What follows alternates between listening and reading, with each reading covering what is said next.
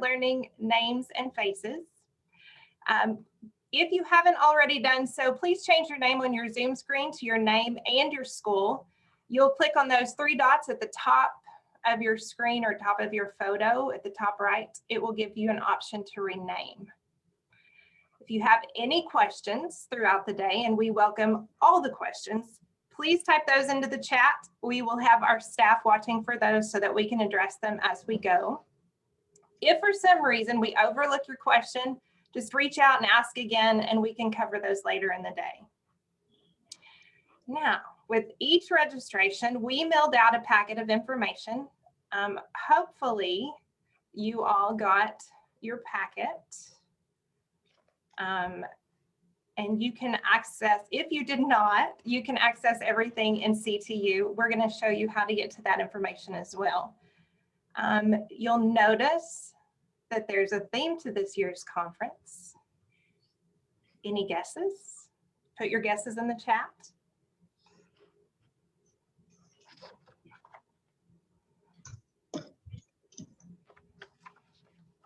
Now, come on, I know there have to be some other fans of this craziness. We had to make this fun if we were going to make it virtual.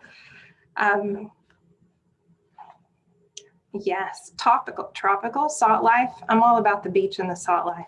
But yes, if you guessed Survivor, you are correct.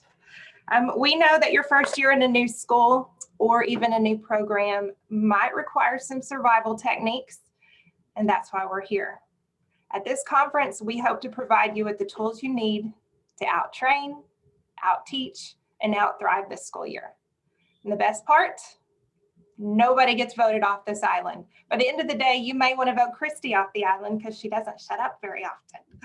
In fact, our goal as a BMITE team is to support you in keeping your torch as bright as possible all year long. You can spot your BMITE division support team by our virtual backgrounds. It's the one with the life preserver. Okay, Ms. Paxton, shall I stop sharing my screen and give you the screen to share what's in the packet?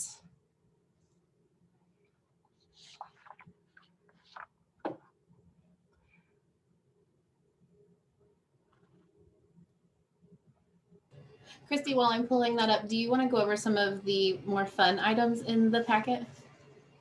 Yes.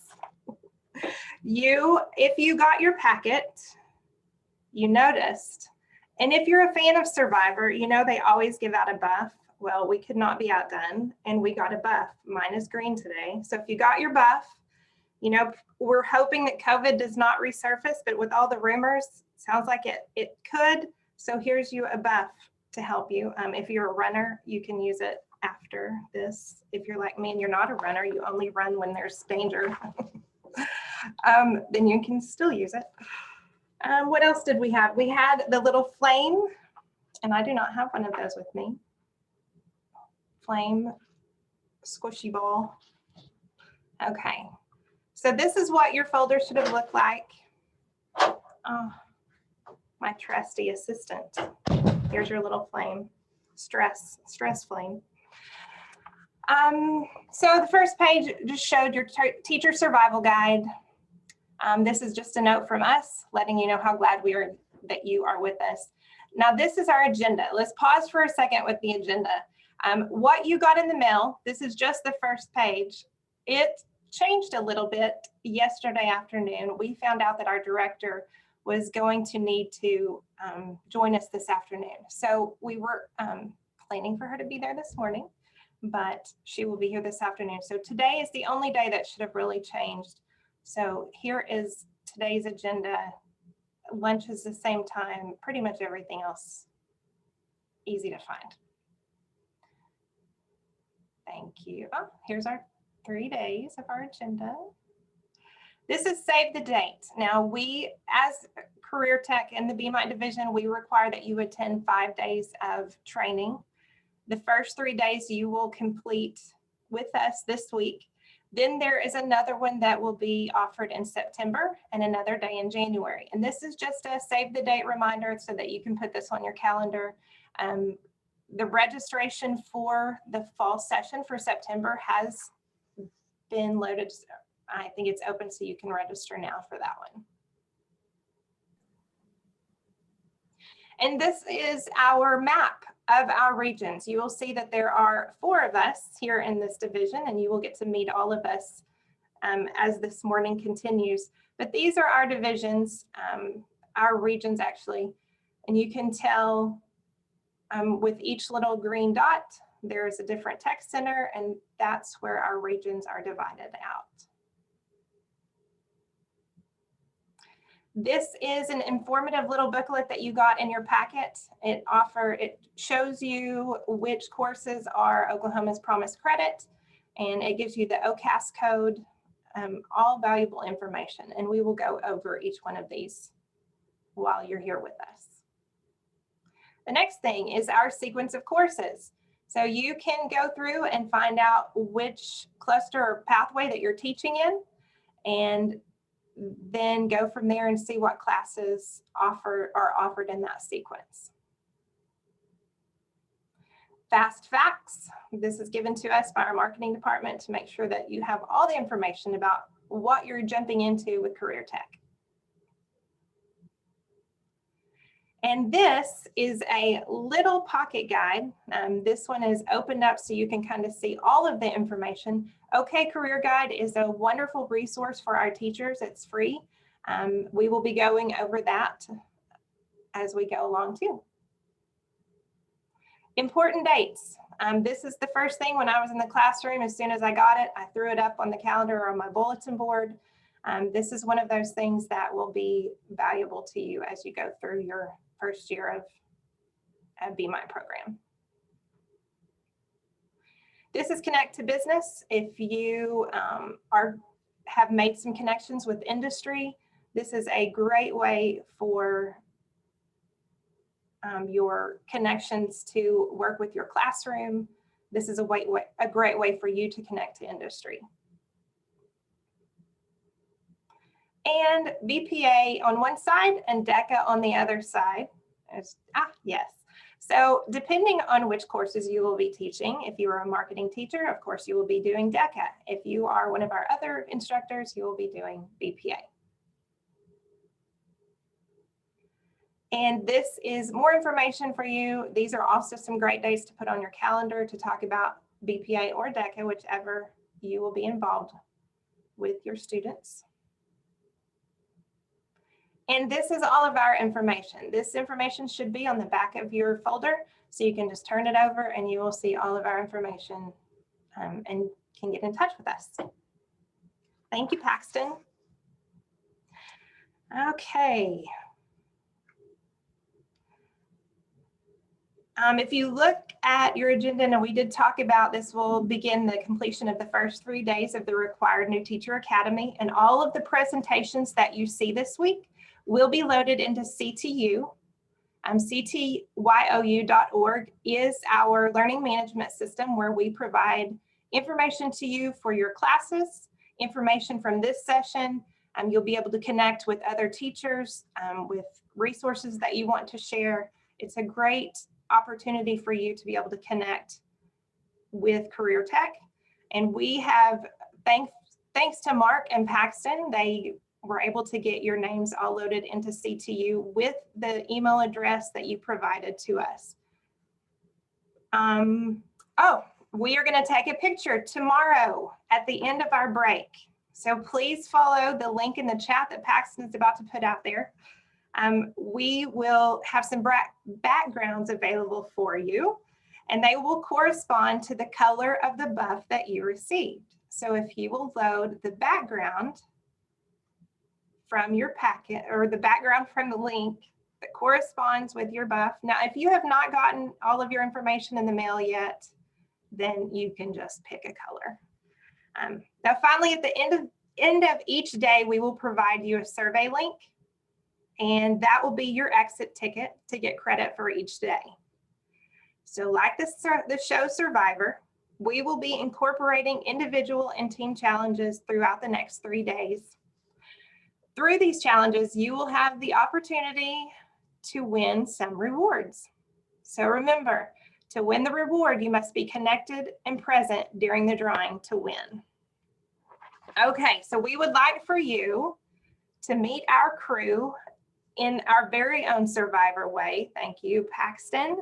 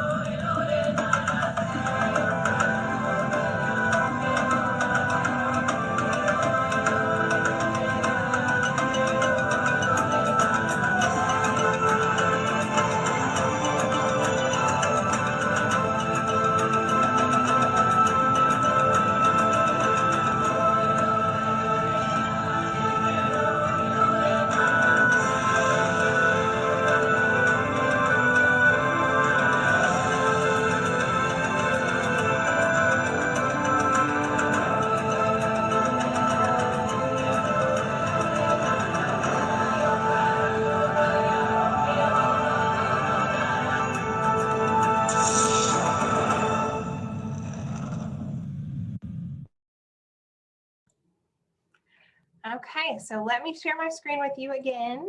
See if I can get this to work the second time. Okay, so here, this presentation that I'm showing you right now on my screen will be available in CTYOU. So it will have our phone numbers and email addresses if for some reason you can't find that handy little paper from your folder. Now this is Lori Richardson. I wanted to introduce you to her. She's not here today, but she will be valuable to you if you have questions about your certification. There will also be information in CTYOU available to you with questions and answers that you might have for Lori. Let's see what else. Oh, here we go. I would love for you to introduce yourself.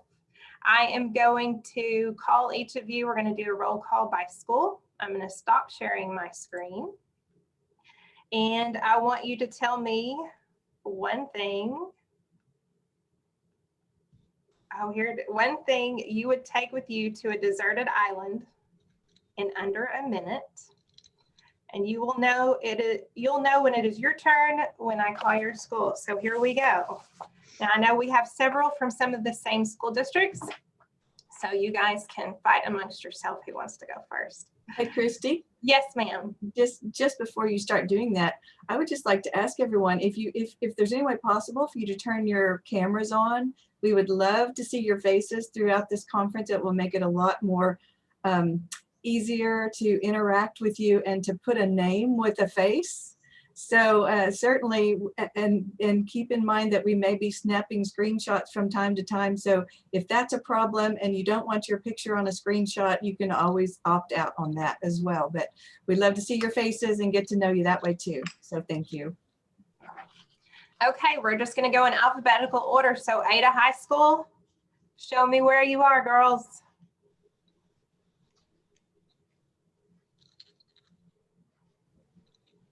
What is one thing, introduce yourself and tell me one thing that you would take on a deserted island. I'm Casey Black. I would take water. Fresh water.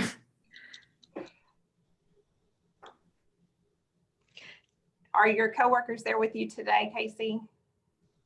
I'm not sure. I'm doing it from home today, so I'm not sure who all decided to jump on this morning, but. Well, not that anyone else cares, but I feel the need to tell you, I am an Ada High graduate, so.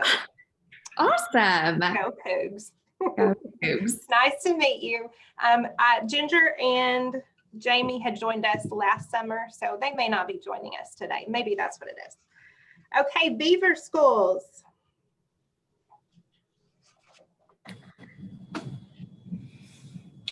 Is Ben around?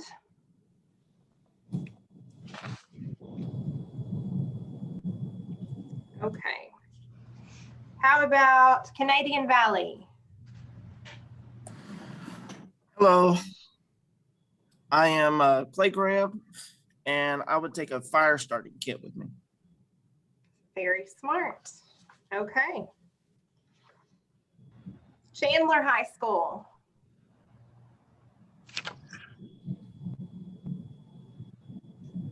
Do we have Chandler in the house? Okay. Oh, she's muted. I see. Okay. Here you are. I'm Michelle Underwood. I'm from Chandler High School, and I don't know, the fire starter kit sounded really good. I changed mine to what he said. What was your original choice? I'm just curious. Clothes. Clothes. I understand. That'd be a long time with that one outfit, wouldn't it? Right. Clinton High School.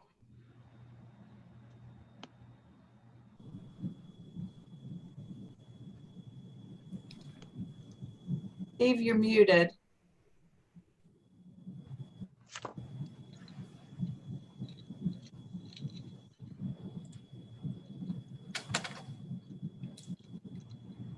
How about now?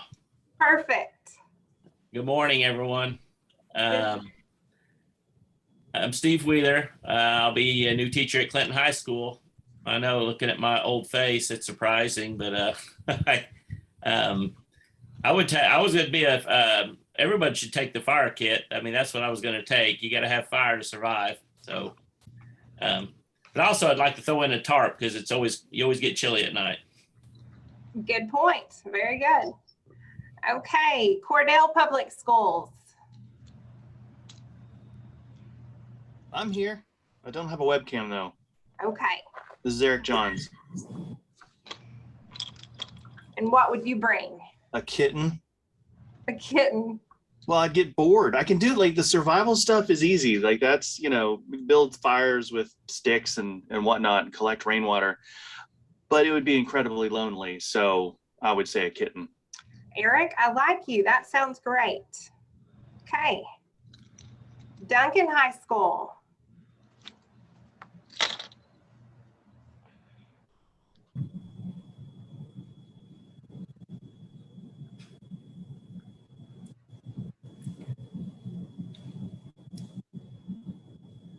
Duncan High School. Anyone?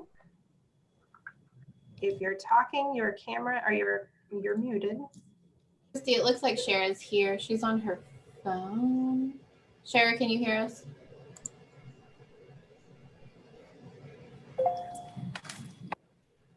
Okay. We Well, can move on. we'll move on. Okay. Jerel, well, Jared, you are from Edison High School. Hi, everyone. Yes, my name is Jared Schweihart. Let's see. I would take a life raft so I could get off that deserted island. Smart. Very smart. Okay. France Tuttle, Danforth Campus. Good morning. I'm Abby Williams, and I would take sunscreen because I wouldn't have a chance at any of the other stuff if I didn't have sunscreen. Sounds good. I'll be hanging out with you so I don't get sunburned. Goodwell Schools.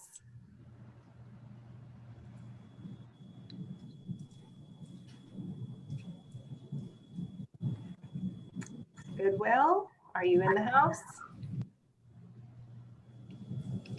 Okay, I'm going to keep moving on. If you guys see Goodwill speaking up and muted, let me know, please.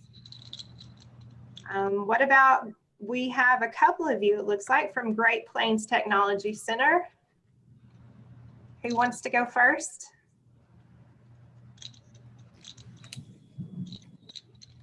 I can go. My name's Tyler Robinson. I take a satellite phone to call for assistance.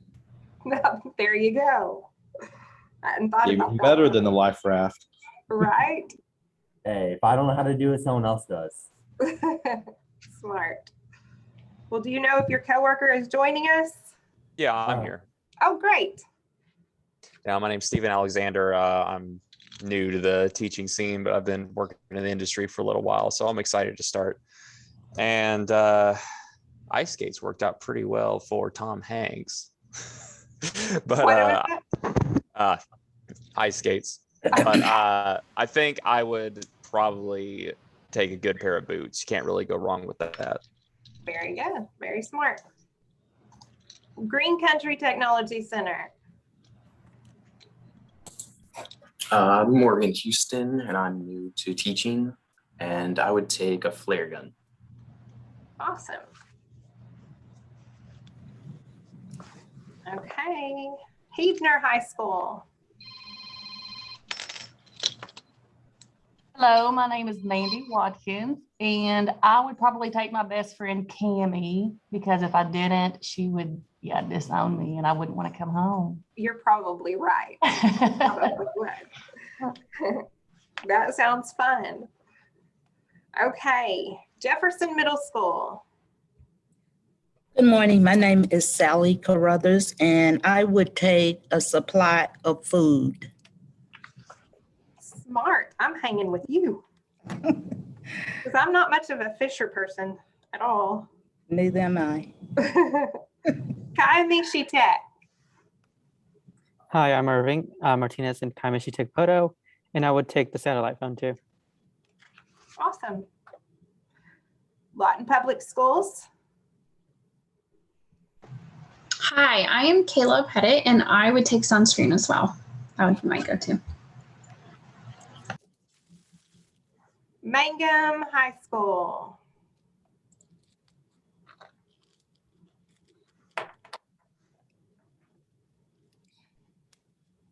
Hi, I'm Karen Mitchell, and I've been in the division before, and I'm coming back in. So I'm glad to be here this morning. Good morning to everybody. I would probably take a boat. Sounds good. And welcome back to BMITE division. Thank you very much. It's good to be back. Metro Tech. Hi, everybody. I am Gina Ellis. I have been in the career tech system for over 20 years, including a short 3-year stint before college at Career Tech. Never been in an instructional position before, so I'm looking forward to getting to work with some of the students that I've always been envious of watching everyone else and get to interact with, and having to keep my mouth shut when I was in classrooms because I wanted to interact. On the deserted island, I've been watching plenty of Naked and Afraid episodes, and I definitely would go with the fire starter just because I'm all girl. And if I'm going to eat it, I need to cook it. You got to boil the water, and it also keeps the mosquitoes away. So there you go. I think that's great. And welcome to the classroom, to this crazy new adventure. Okay, Mid-America.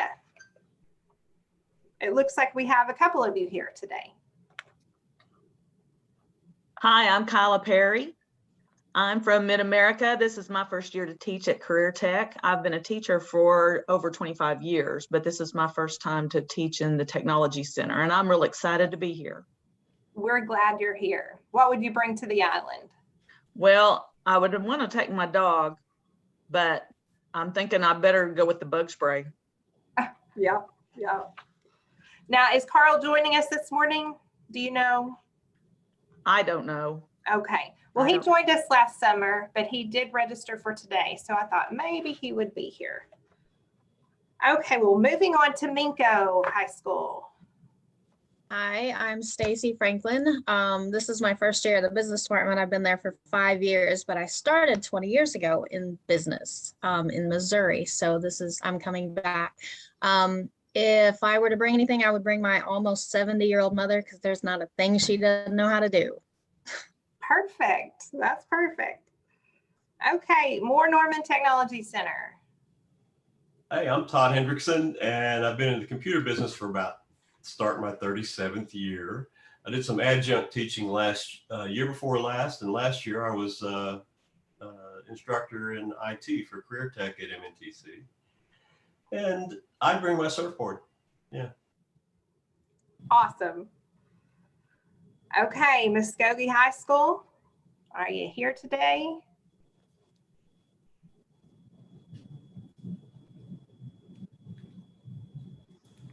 Okay, I'm going to move on. If somebody sees Muskogee talking, let me know.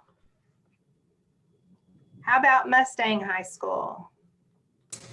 Good morning. I'm Erin Franetovic, and I would take my dog with me. Oh, yeah. Okay, Noble High School. Hi, I'm Susan Swopes. I would take sunscreen with me. Okay. Norman High School. Hello, I'm Chris Jeffries. And from a entertainment standpoint, I'd probably take a good book, hoping that somebody rescues me. Otherwise, I would bring the life raft. Smart. Okay, Northeast Tech, Afton. I would bring a flint knife. My name is Bo Edestead. I'm a new teacher. I started in August, so I've got a little bit of experience under my belt for my first year. But I am new. I'm excited for BMITE. I've enjoyed teaching some of the curriculum and stuff like that thus far, but I look forward to learning a little bit more. But definitely a flint knife, because then you can start a fire. At the same time, you can create weapons. You can create shelter and other forms. You could even make a raft with it. So yes, definitely a flint knife. Okay, great. Thank you. Northwest Tech. Good morning. I'm Pam Malone from Northwest Tech, and I would take my family. There are a few amazing problem solvers in it, and the rest would certainly turn the challenge into a huge adventure with a lot of fun. Well, cool. Okay, Oklahoma City Capitol Hill High School. Hello, I'm Chris Ryan. I taught half of last year in CTE, but otherwise it's my first time in CTE, taught history before. So the sat phone seems like smart money, but that wasn't my original answer. My original answer was a solar still for fresh water, and you can cook with it and do any other number of things. So. Okay, sounds good. Oklahoma City Capitol Hill Middle School. Hello, my name is Michelle Brown, and I would definitely bring the phone. I don't think I'd want to be there too long on the island. I love the beach, love the ocean, but not a deserted island. I hear you, girl, but I'm right there. Give me the beach, but give me my comforts of home too. Let's see here. Oklahoma City U.S. Grant. Did I get that right? U.S. Grant, Oklahoma City? I'll go first. I'm Latonya Moore. This is my first year with CTE, coming from elementary. What would I bring? I would hope that I would get stranded on a yacht so that everything that everyone has already mentioned would be there. And, that I'll get help and they'll come and rescue me and all would be well. I'm all about the yacht idea. Michelle and I are going with you. Okay, let's see here who we've got. Oklahoma School for the Deaf. Are you with us? Yep. My name's Kim Vance. I'm from OSD. This is my first year with the career tech. I'm coming from math. And if I could bring one thing, I'd probably bring a helicopter. That way I could leave when I wanted. Hey, the yacht, the helicopter. I like the way y'all think. Okay, Okmulgee Public Schools. Hi, I'm Tanya Dunlap. I would probably bring a fire cord, which is like a paracord with fire tinder in it. Sounds good. Prague Public Schools. Hi, I'm Valerie Feltman, and I've been a BITE teacher for a lot of years, but went to administration, hated that. So I'm back, and I think I would probably take a knife too. Okay, well, welcome back to the world of the classroom, Valerie. We're glad you're here. Pryor High School.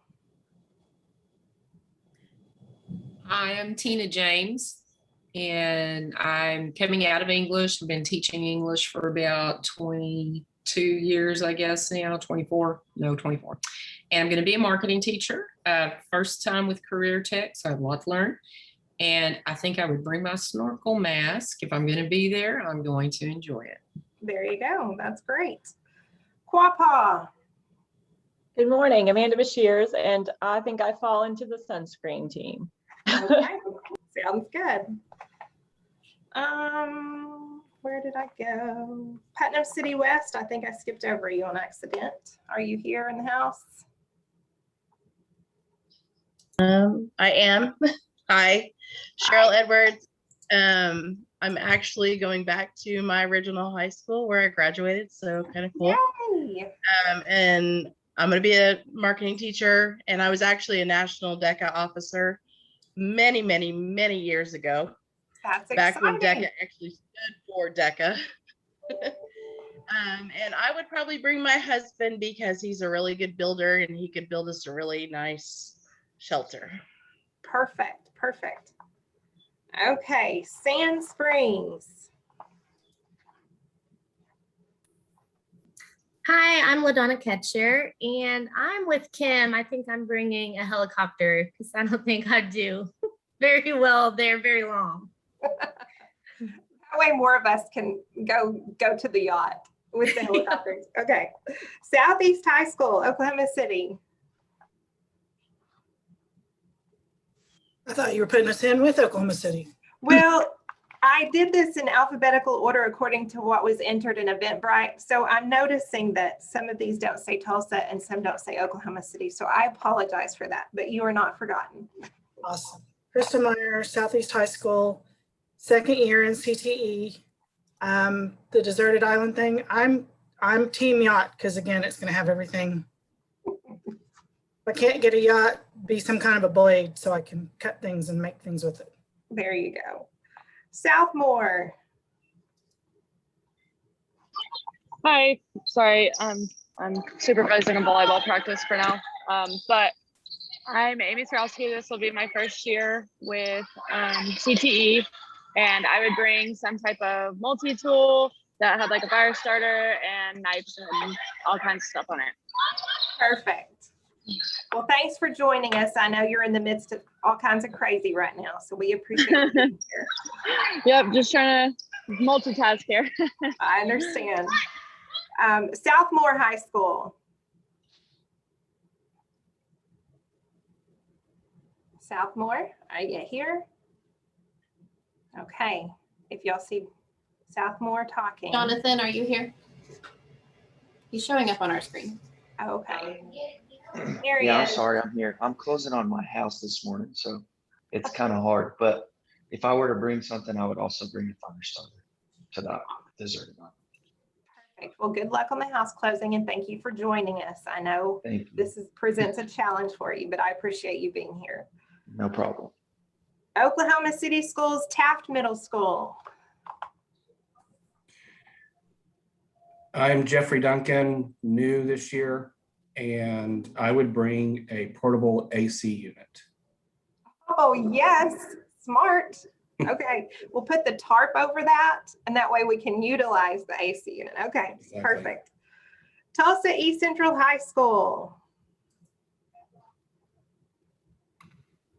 My name is Erin Ballinger, and I would probably bring my entire comic book collection of about 10 to 15,000 books. Oh, that will keep us all busy. That's good. That's good. Were you going to share and let us all read? Sorry. As long as you don't bend the pages, that's the important part. Okay. I mean, you know, and sand will just wipe right off. So, Sure. Okay. Tulsa East Central Junior High. Good morning. My name is Carrie Daniels, and I'm just going to steal from everybody else. Basically, I would just bring an all-inclusive survival kit.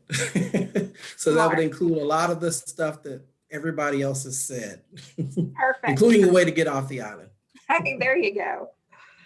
Okay. Tulsa Technology Center. Hi there. Hi. Good morning. My name is John Duffy. This will be my first year back in career tech. I spent 5 years up at Coffeyville, Kansas, and even coached some BPA national championships a couple of years running. That was Kansas, so I may have gone up against some of the Oklahoma people. So sorry, guys. I taught middle school last year, and no more teenagers. Going for teaching adults this year again. And as far as what to take to the island, I think it'd be pretty obvious that it would be a sleigh and 8 tiny reindeer. That's perfect. I am a professional Santa Claus, and so there we go. I love it. That's good to know. Okay, one of your coworkers is supposed to be here with us today. Timothy, are you in the house? Okay, I'm gonna move I haven't on. met many of them yet, so they're on their own. Okay, okay, We'll have to, if they're not here, we'll have to put them on the naughty list. that's right. Thank you. You need to keep up with that for me. Let's see here. Tony, Yeah, I'm Tony Johnson. there you are. Okay, Can you hear me okay? yes. Okay, fantastic. Yeah, my name is Tony Johnson. I teach animation at Tulsa Tech Riverside campus. And I would have to definitely go along with the knife crowd. I think that is the most versatile, useful tool. But if I had a plan B, it would be a big fat bottle of rum, because if I'm going to be on that beach, I'm going to be having a good time, and I can make a lot of friends with a little bit of rum, so it's going to be okay. Even better. There you go. Okay, Tulsa Will Rogers.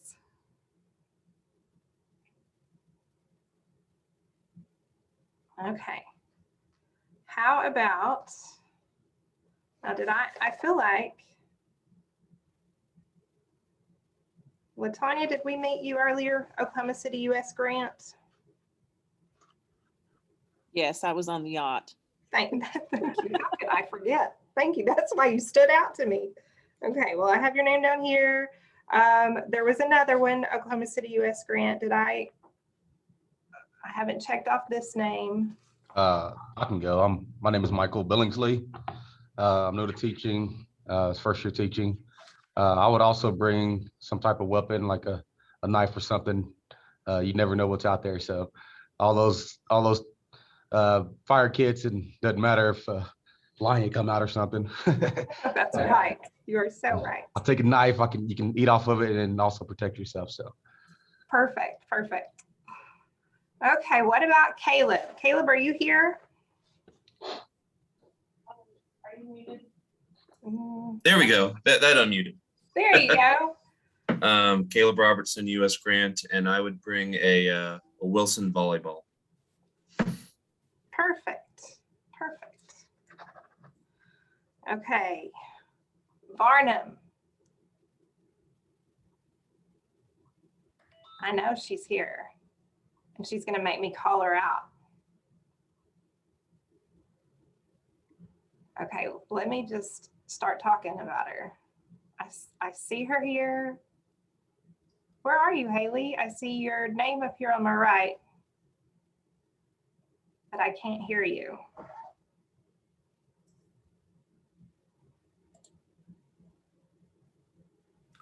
Okay. Kristi, she might be pulling mom duty right now, because I noticed that she had a little one with her, so I'm sure she'll be back shortly. Okay. Oh, I see her now. Haley, I see that you have someone joining us. Is that who you're taking to the island with us? Uh-oh, your mic is not working. Sound is not working. That's okay. I love you. Okay, Wagner High School. Hi, I'm Nikki Casey. I am new to Career Tech. I have taught 7 years at Computer Apps 1. Our Computer Apps 2 teacher retired, and the administration asked me to take position. So I'm excited to start a new adventure. I would take a Survivor 101 dummy book. So that way I could do anything and everything, maybe to get off and be able to survive while I'm waiting to be rescued. Perfect. And Western Heights.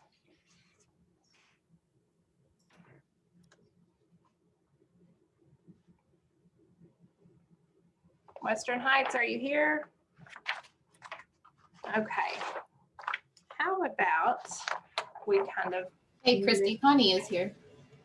She is here? Yeah. I'm just trying to get unmuted. Okay. Sorry, I couldn't get unmuted. No worries. Hi. I am at Western Heights Middle School, and we've got lots of things going on and jumping around down there. So we won't discuss that. But I would bring my Coke Zero, because if I don't have my caffeine, I might kill everybody else on the island. So sounds good. That's my. Okay. Well, you guys, It was great to meet everyone. Is there anyone that we left out today? Want to make sure that we got everyone in there. And I do see a message that one of our people, they're having trouble logging in. So, okay.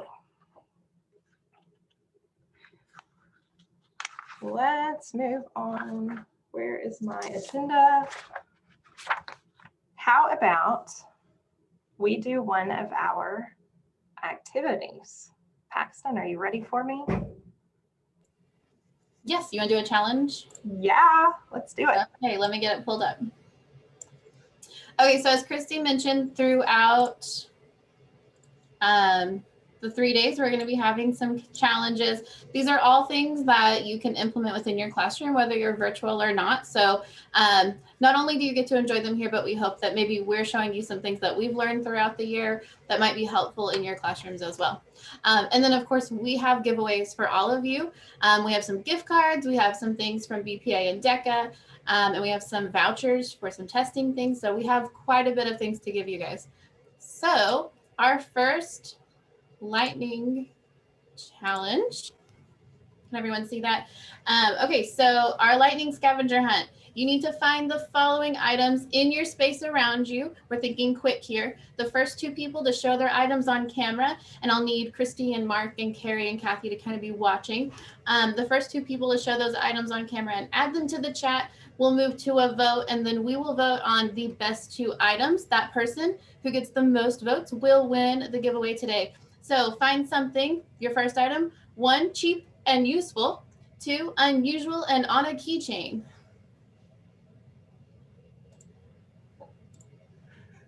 There's a pen. Pam out a pen.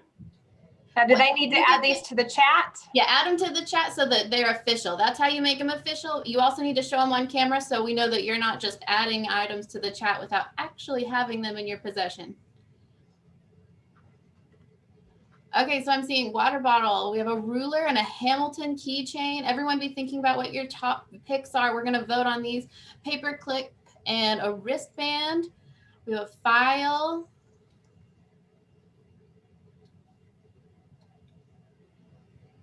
Okay, we got a pen and a flash drive on a keychain. Pen or a pencil for cheap. iPhone. I'm not sure which one the iPhone fits on. Is it the keychain or the cheap and useful? Okay, pen, cheap, squeeze ball on a lantern keychain, USB drive on a keychain and water bottle, tape measure and oh, you guys are fast. Okay, scissors and Pokemon, Statue of Liberty, rubber band and an owl, a note, a key, peppermint, cheap and useful.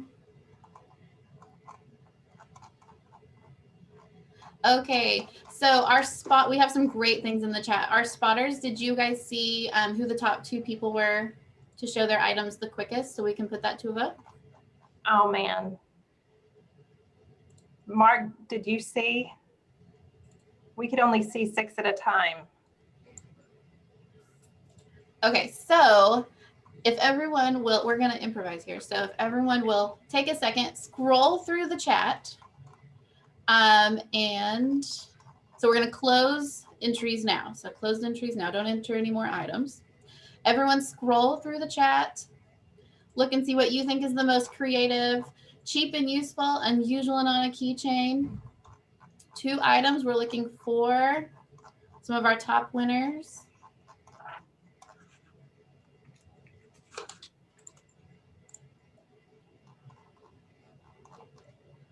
Okay, so let's see. Carrie, do any of them stick out to you? Well, there's a lot of interesting ones. Where's the ruler and the Hamilton keychain? What's a Hamilton keychain look like? Is that the Hamilton play, probably the Broadway play? Where's Caleb? I can't see Caleb. Okay, so I'm going to add that as one of our options. Mark, does one stick out to you? I like the horseshoe. I always need a little luck in my life. And so I think with the horseshoe, regardless of where you are, Survivor Island or BMITE classroom, we need a little luck. Okay, perfect. I'm seeing marker and command strips, a vintage Yoda. Kathy, are you on? Does one stick out to you? I'm sorry, I liked the Statue of Liberty, but I didn't see the second thing. So the scissors and Pokemon on a keychain. Okay, scissors. Okay, so here's what we're voting on, everyone. Okay, so put a 1 in the chat if you think the ruler and the Hamilton keychain are pretty clever. Put a 2 in the chat if you are voting on the horseshoe for luck. And put a 3 in the chat if you're voting on the scissors option. Okay. Oh, wow, we're seeing a huge mix. Okay, perfect. So while they're putting those in chat, I'm going to pass this back on over to Kristi. I'll count those up and we will let you guys know who wins that first prize. Kristi, what is our prize today? Well, depending on, I feel like a game show host, depending on if you are a BPA or a DECA teacher. For BPA, we have some great BPA socks. And if you are a DECA teacher, we have a very cool DECA tumbler bottle, kind of cool. And those are across my office, or I would go get those and show those. Are we ready to move on? Miss Carrie, are you ready to take over? Sure, absolutely. Okay. You got them all warmed up for me, right? That's right. They're all bright-eyed. Okay, I'm going to start sharing my screen.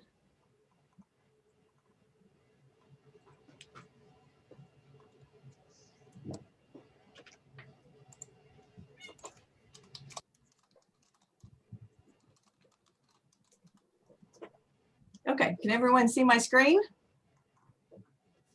Yes? Okay, good deal. So just a couple of things that I want to talk about before we get going on this. Number one is just how thankful that we are that you're here with us today. We're looking forward to spending a few days with you and getting to know you a little bit better. And hopefully you're going to get a lot from these next 3 days that you will actually be able to take back and apply to what you're doing. So we're excited to spend 3 days in July. I mean, you could be outside and sweating in the hot outdoors, or you could be indoors with us, enjoying the this setting. That Paxton is our creativity person on staff, and she's created all the graphics and the fun side to this activity. So welcome, and we're glad you're here. Another thing is, being virtual gives us a lot of options. I noticed several of you had things that were going on the side, and I know that makes it difficult for you to focus. Hopefully you'll be able to get things out of this, but we are recording these, so you can go back. If you missed something, you'll be able to go back and watch it again. So that's a benefit. We didn't build in any breaks this morning.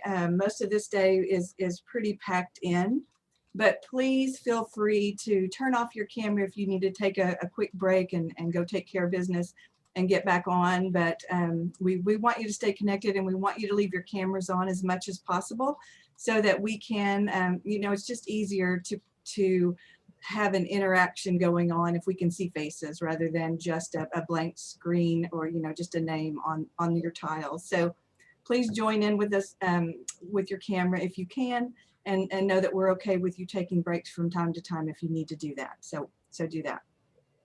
So something that I just wanted to share, Kristi talked about our division is called BMITE, Business Marketing and IT Education. And to give you just a little bit of background to that, we used to be two different divisions. We used to be the BITE division and the marketing division. And several years ago, the decision was made at the agency to combine the two groups. And I remember when we first combined the group, they just took the BITE and the ME and they put it together, and we were called BITE/me. We didn't really think much about it until our first new teacher conference, and it was an in-person event, obviously. And all of our signage around to direct people to where they needed to go, it said, "Bite me this way." So it's just, it has kind of hung on.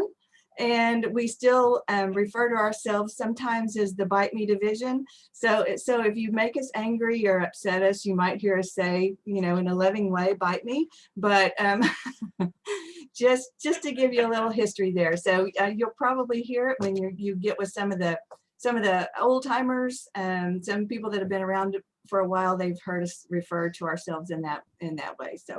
So we say it lovingly, we don't say it mean, but anyway, gives you a little history there. One of the other things that I wanted to talk about is that these next 3 days, you know, I'm going to tell you some good news and I'm going to tell you some bad news. So the good news is that you are in for a lot of really great information and resources and support over the next 3 days. And the bad news is you are in for a lot of resources and information and support over the next 3 days. And so I say that because we give out so much information and so many resources, it's really almost impossible for you to really take it all in and absorb it. And it takes a while for you to understand what it means to be in career tech. There's a lot of acronyms. We'll try to define some of those acronyms as we go. But there's just so much information and there's so many resources and there's so many benefits and there's so many things that you will be asked to do.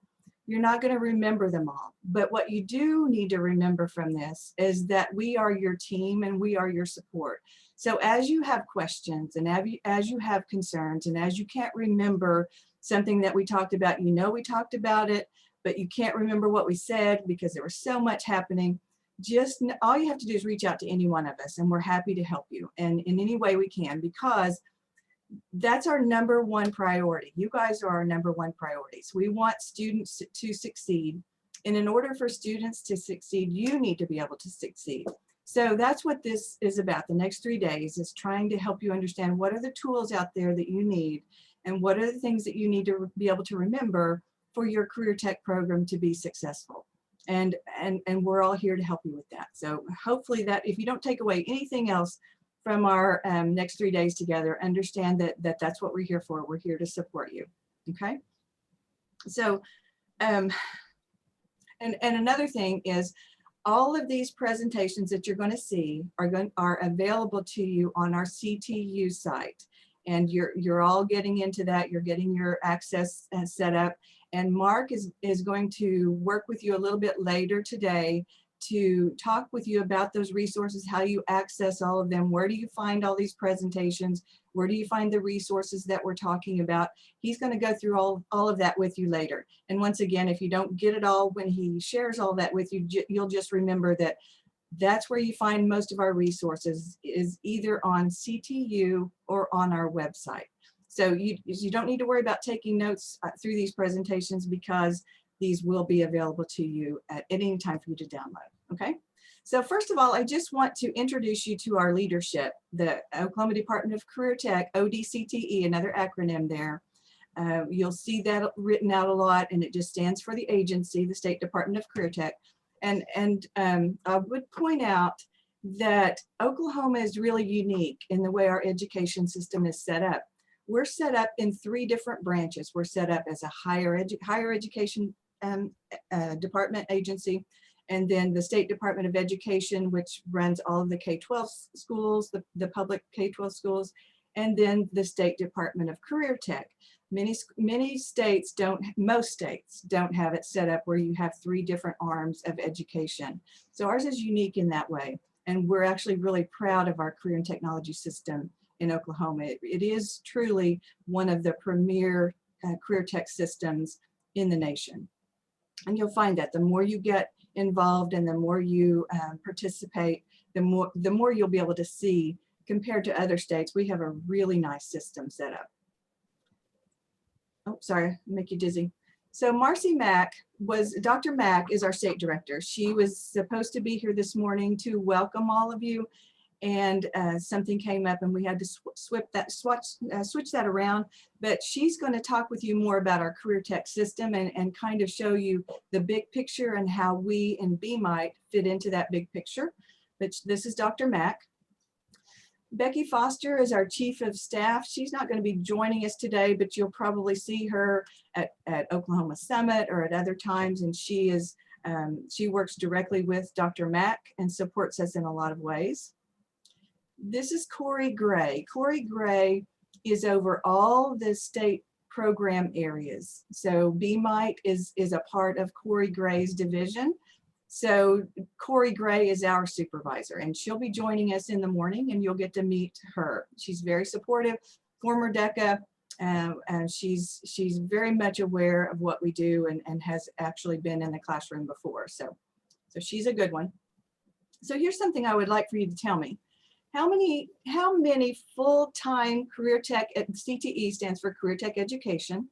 How many full-time career tech education programs do you think there are in the State Department of Career Tech? So BMITE is one.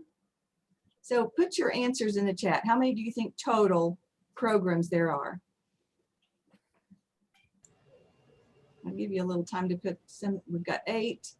The FACS division, over 380. Trade and industry. So let me narrow it down just a little bit. I'm just talking about full-time career tech programs like BMITE. Okay, great guesses. I'm seeing Connie Turner, Western Heights. Connie, and looks like, I'm not sure I'm pronouncing this right. Shira. She also has 6. So the answer is 6. Thank you for participating in that. So here are the 6 full-time program areas that we have in Career Tech. We have Ag. Many of you know FFA. You know, if a student's in Ag, they're in FFA. BMITE. And then we have Family and Consumer Sciences, formerly known as FACS. Someone put that in the chat. Health Careers Education, Science, Technology, Engineering, and Math Education, the STEM division, and then Trade and Industry, T&I. So those are the 6 full-time career tech programs. Another question for you. So now we've identified the 6 programs. Now within BMITE, just BMITE, how many programs would you guess that we have across Oklahoma? So we have programs in the K-12 schools, and then we have tech center programs as well. So how many would you guess we have total across Oklahoma? Seeing some good guesses there. 75, 400, 72, 100, 200, 250, 722, 346. Some good guesses, good guesses. So here's the way it breaks down right now. And things are happening, things are changing right now. We've got some applications in for new programs. And so this number doesn't include all of that yet, but this is really close. We have 283 programs located in grades 7 through 12. And actually we've got programs that are in 6 through 12 now. That's no longer correct. We have 152 technology center programs. So we have a total of, what is that, 435 right now? That's kind of a fluid number, but that's pretty close. And then we have 331 BPA chapters in Paxton. Is that still correct? Does that sound right? Yes, it is. Okay, with over 5,000 members, and then 36 Deca chapters with over 1,200 members. Yes. Now these were the 2021 numbers. So hopefully we'll be moving forward this next year. Absolutely. And you're going to hear more from Paxton as she's going to have an opportunity to work with you on BPA and Deca specifically. But this is what we've got right now. These are some snapshots of some of our program areas. Stories behind each one of those, but I won't go into that. I'll just move on. So we're going to talk about benefits. What are the benefits of having a career tech program? Whether your program is located in a K-12 school or whether it's in a technology center, what are some of those benefits? And of course, we think one of the biggest benefits is us. This is your team. This is your BMITE team support. And we help you in so many different ways. We're happy to do it. That's what we want. That's the thing that all of us love more than anything is time out with you in your schools. We don't get to do that a whole lot. There's a whole lot of programs. And of course, COVID has been a real challenge for us to be able to make those connections, because think we all do our best work when we're working one-on-one with you in your environment, so that we can look at what's happening with your school and your individual situations, and we can determine what's the best way that we can support you. So when we reach out and say, hey, I'm going to be in your area, I'd like to stop by and visit with you, don't be stressed out by that. Take that as an opportunity, and take that as we are so excited that we get to come in and visit with you. And that's your opportunity to just let out all your questions and make sure that what's happening there you feel comfortable with, and if there's something that you need, we can provide that support for you. So one of the first things that we do is after school starts, we're going to be reaching out to each one of you through your region. So whoever your region support person is, and you're going to get familiar with that person. You'll determine which region you're in and which one of us would be your on-site support. Any one of us are happy to help any of you with any questions, but we try to keep our travel and support located by region so that we can better support you. So one of the first things that we do is reach out to our new teachers within the first 30 to 60 days and try to set up a time for us to come on site and actually just sit down with you and talk through any questions that you have. Go back, you'll think back to these 3 days and what questions you have after you get on site and start working in your classrooms, and what is it that we can help you with. So that's one of the first things that we do, and we want to make sure that we provide that on-site support. But that's not the only time that we can help you. As you have an issue or a problem or a question, just simply email one of us or call us, and we're happy to either, if we can do it by phone, we'll do it, but if we need to come back out, we're happy to do that as well. So we feel like we're your advocates. That's why we're here. So if there's something that we can do for you locally to help you with your situation, or if there's, on a bigger scale, we also advocate for you at a state level as well. So we are your biggest supporters. So I am the state program administrator over the BMITE division.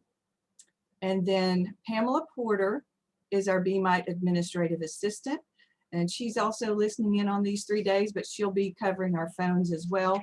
So she'll be on the phone, I'm sure, or taking care of our the front office as people come and go. So she'll be on as she can.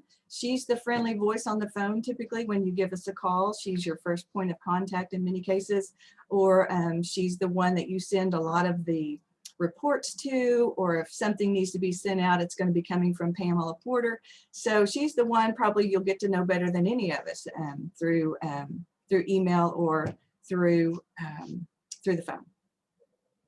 And then Paxton Caven, she's once again our creative personality on our team, and she is over the BPA and DECA organizations, our 2 student organizations. And she's amazing. She's doing amazing things with both of those organizations, and they are growing as we speak. And she's got so many good ideas and ways that she is supporting your BPA and DECA chapters. And she's going to share all of that information with you later on. Kathy Orr is our Region 2 program specialist, and she's also the team leader for business management and administration. Each of the cluster areas that we have within our division, one of our team is over that or in charge of that, or is the team leader for that cluster area. And so Kathy's area is the BMA cluster. Mark Burch is, he works with Region 3, and he also works with 2 of our cluster areas. And he is the one in the do-rag that, I don't know if you can see him on your screen or not, but he's a fun personality, and we're glad he was with us a couple of years back, with us for a couple of years, and then he went on to work for the National BPA organization and has just recently rejoined our team. We're so glad to have him back, and he is working with the marketing and finance cluster areas. Kristi Lofton, you've met her. She is the coordinator for this conference, and she is the Region 4 program specialist, and she's also the information technology cluster team leader. So you're going to be working with Kristi a lot through the new teacher. She'll also be working with you on the follow-up days as well. And so she's our contact for our new teacher information. I failed to mention on Kathy Orr, Kathy is also the person who plans and coordinates our Oklahoma Summit Conference that's coming up in just a couple of weeks. That's our, we'll talk more about that a little bit later, but she will be on and off trying to make sure that we have everything ready for you in a couple of weeks for conference. But you'll get to meet her in some presentations later on as well. So we have a great team.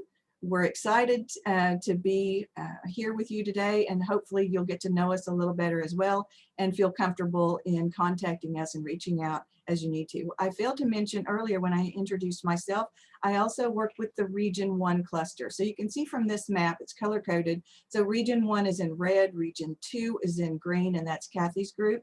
Region 3 is Mark Burch, and that's in blue.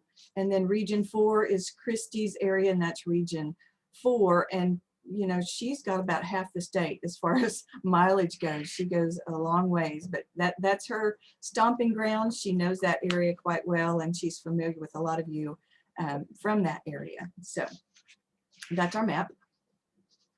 So let's talk about funding. So first of all, we'll talk about K-12, and the way the schools are funded is completely different for K-12 schools and technology centers. So for K-12 schools, we support those schools by providing what we call 412 program funds. And that comes to you in quarterly payments, or comes to your school in quarterly payments. And this is what you use to make sure that your classroom is set up appropriately for what you're teaching, to make sure that you've got the right technology, make sure that you've got the right curriculum, the right resources. If you need professional development, this helps you take care of that. So these are those funds that you use for that. So in the BITE programs, the business and IT programs, that amount is $12,933 this year. Now these amounts can vary. The highest they've ever been is $13,500 for business, and the highest they've ever been for marketing is $6,500. Right now they're $6,227. And the way that works is that each year that our state director, Dr. Mack, takes our budget to the legislature and presents it. And many of those years she's asking for additional funds to increase this amount for our K-12 schools, or to add new programs, because we've always got a list going of schools who have requested programs to be funded. And we've got many programs out there right now that are operating as unfunded programs. So they're approved programs, but there's no funding yet. We haven't been able to get that approved through the legislature for us to add that to our budget. So it's an ongoing process, and this is not always the same, but that's what it's going to be for next year. And there's a salary supplement that goes along with that as well, and that goes to you, the instructor. And so that comes to your school twice in 2 payments. But that's an amount that should be added on to your contract. It should not be used to make up what the minimum state salary amount is. This is in addition to what your school's contract would normally be. So that amount is used to help supplement you and not really reimburse you, but to recognize that you do things as a career tech instructor that are above and beyond what other teachers in your school system are asked to do. And as far as having a career tech student organization, having to do, take them to competitions, you do several reports for us that you have to turn in. There's just a lot of extra things that you do as a career tech teacher. And this is to help in some way to reimburse you for that. Now, what I want to tell you too is we just got some really good news in that our state director is taking our budget for next year, not for next year, but it would be for the following year. She is going in and asking that all of these program funds be bumped up to $15,000. And so that would bring marketing up where they need to be. Right now, marketing is not where it needs to be. And there's a long history there, and just know that I've been trying for years to get that amount to be equal, at least equal to what the BITE programs are getting. But you know, it goes back to when the divisions used to be separate, when it was BITE and me, and those, so they're still considered separate divisions financially through the legislature. And so those amounts are not the same.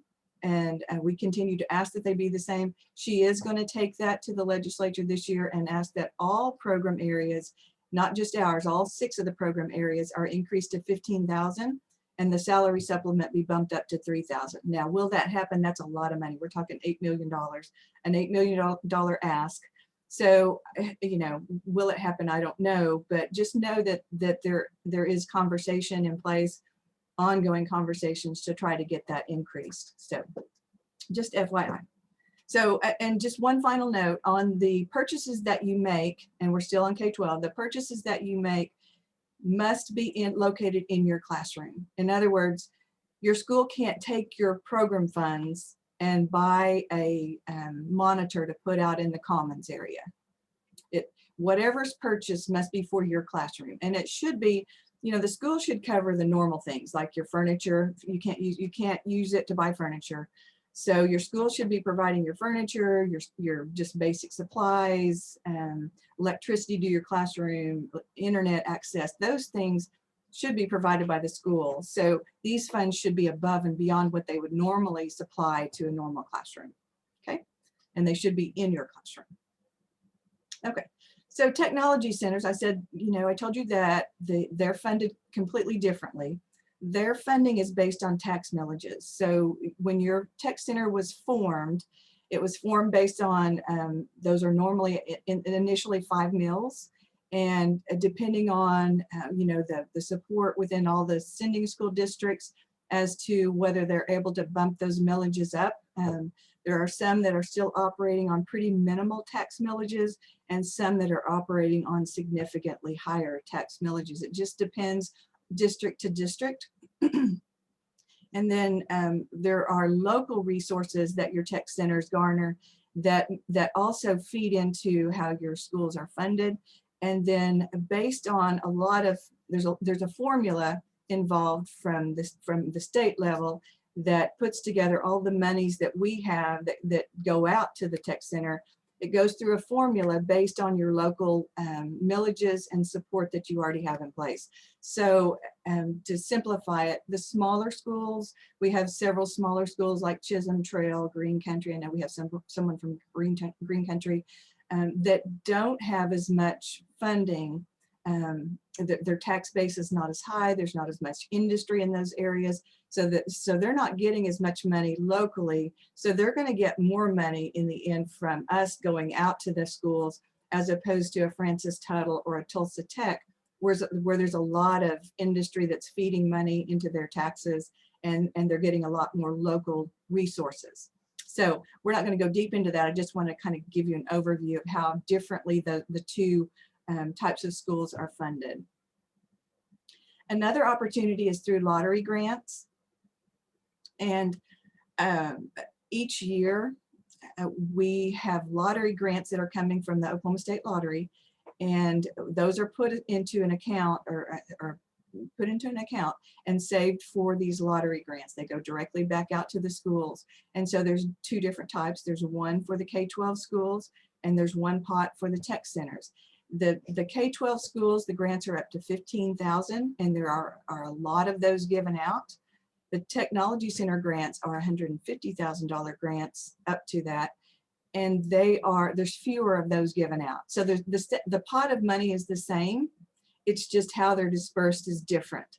So each tech center decides their priority of what they want to apply for a technology grant, and many times they're applying for an entire school type, maybe it's some kind of a platform that they're wanting to implement for all of their programs, or you know, they're focused on maybe 2 of their programs that they want to implement some big item in those programs. So it just kind of depends from school to school, but that is an option.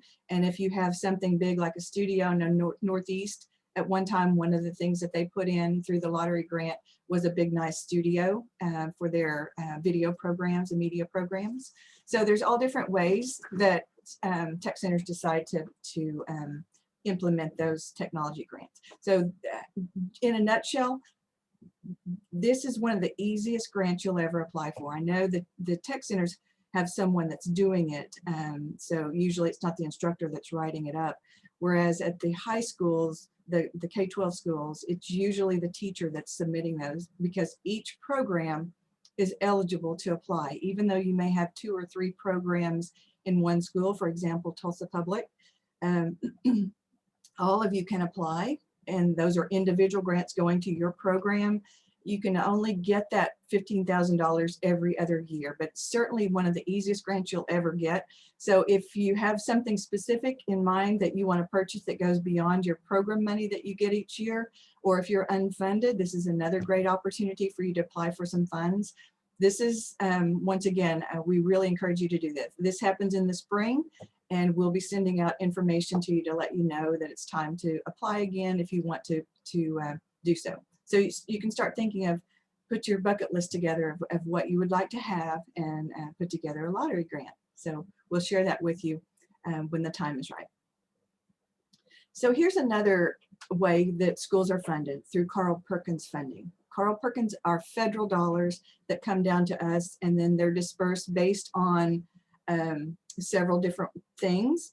But what I wanted to show you, these are links. We're not going to go out to all of these links of the different types of, to find information, or the types. There's different kinds of supplemental grants in addition to the regular allocations. But K-12 and technology centers already have a set amount that's been allocated to you based on, the population of your area. There's several different criteria that they put into determining what that allocation would be. But I just wanted to show you, if you click on this link for the K-12 and tech center allocations, you're going to come to this location on our website.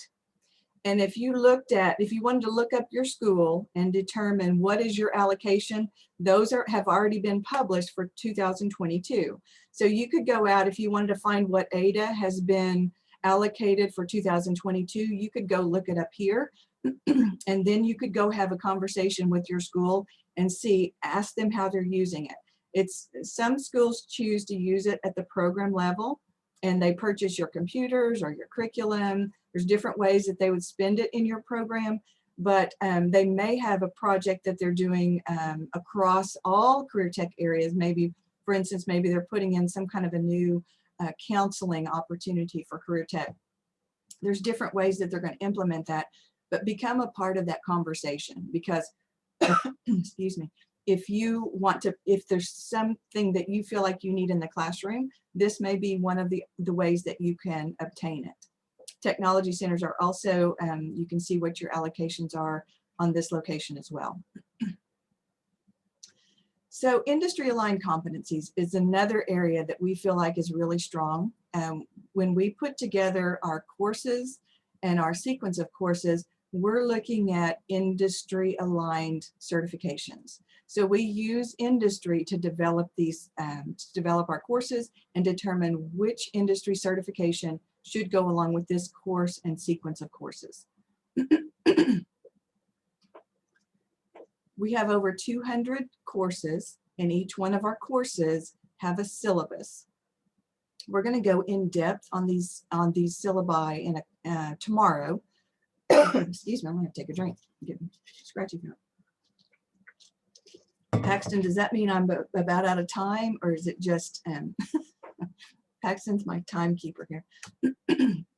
Okay, so we'll break down the syllabi for you and kind of show you how you can use these syllabi in your classroom, where to find them, how to take this syllabus and turn it into your own syllabus so that it's got your school information, not all of our information, but specific to your school. Lots of resources we have available to you. We keep those on CTYOU, and we're going to give you, Mark's going to actually give you a tour of CTYOU and kind of show you where you find all of that. And then there are several agency divisions besides our program areas that are here to support you in a lot of different ways. And so a lot of things that we do, like teacher certification, for example, Laurie Richardson is your teacher certification specialist. She's a separate division and supports all divisions in helping teachers get their certification. Excuse me. Okay, Kristi showed you in your packet that we had sequence of courses. We're going to go a little bit deeper into that tomorrow.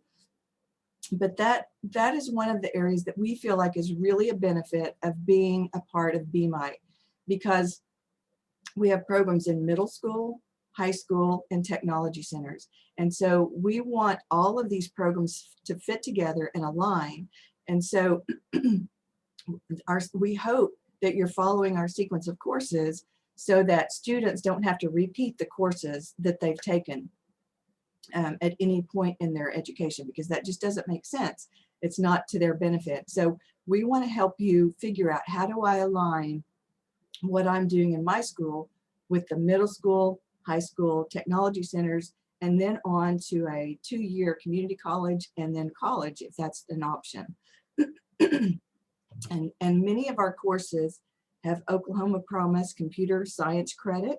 We'll talk more about that when we're talking about the individual courses and how you make sure that students are getting that credit.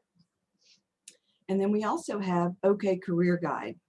That is an online service that is free to all of you and your students. And it's a way for you to provide career guidance to your students. And there's a lot of supporting documents, supporting lessons and activities, and interest surveys, different things that you can have them do to help them figure out what is their career path of interest. So question for you. In the chat, we've talked about CTSO, the fact that I'm not going to say the rest of that because that will give away the next one. What does CTSO stand for? Please put your answer in the chat.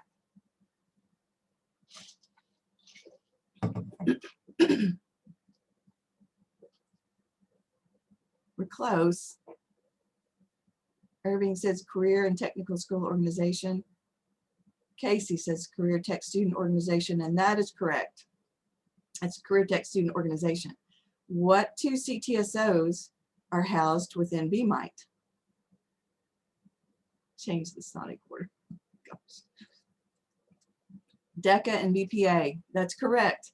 DECA and BPA. Yay, good job. Someone's listening, paying attention. So we're really proud of our 2 student organizations, BPA and DECA. Those are ways that you can help instill student leadership, civic development, community service. It's a way to get your students and you as the advisor recognized at a state and national level. Do not do your students the disservice of not utilizing your BPA and DECA chapter. It's so, so important to the success of a career tech program. So Paxton's gonna, once again, she's gonna share with you all the different ways that you can make that happen, but take advantage of these 2 organizations and how beneficial they are for your students. Some of our industry partners include Certiport. That's a testing, industry certification testing site. SHL Talent Central, that's another testing site that you can utilize. All of our courses have end of course testing that go along with them. And so we try to present different options, and SHL Talent Central is one of those options. We'll talk more about testing later.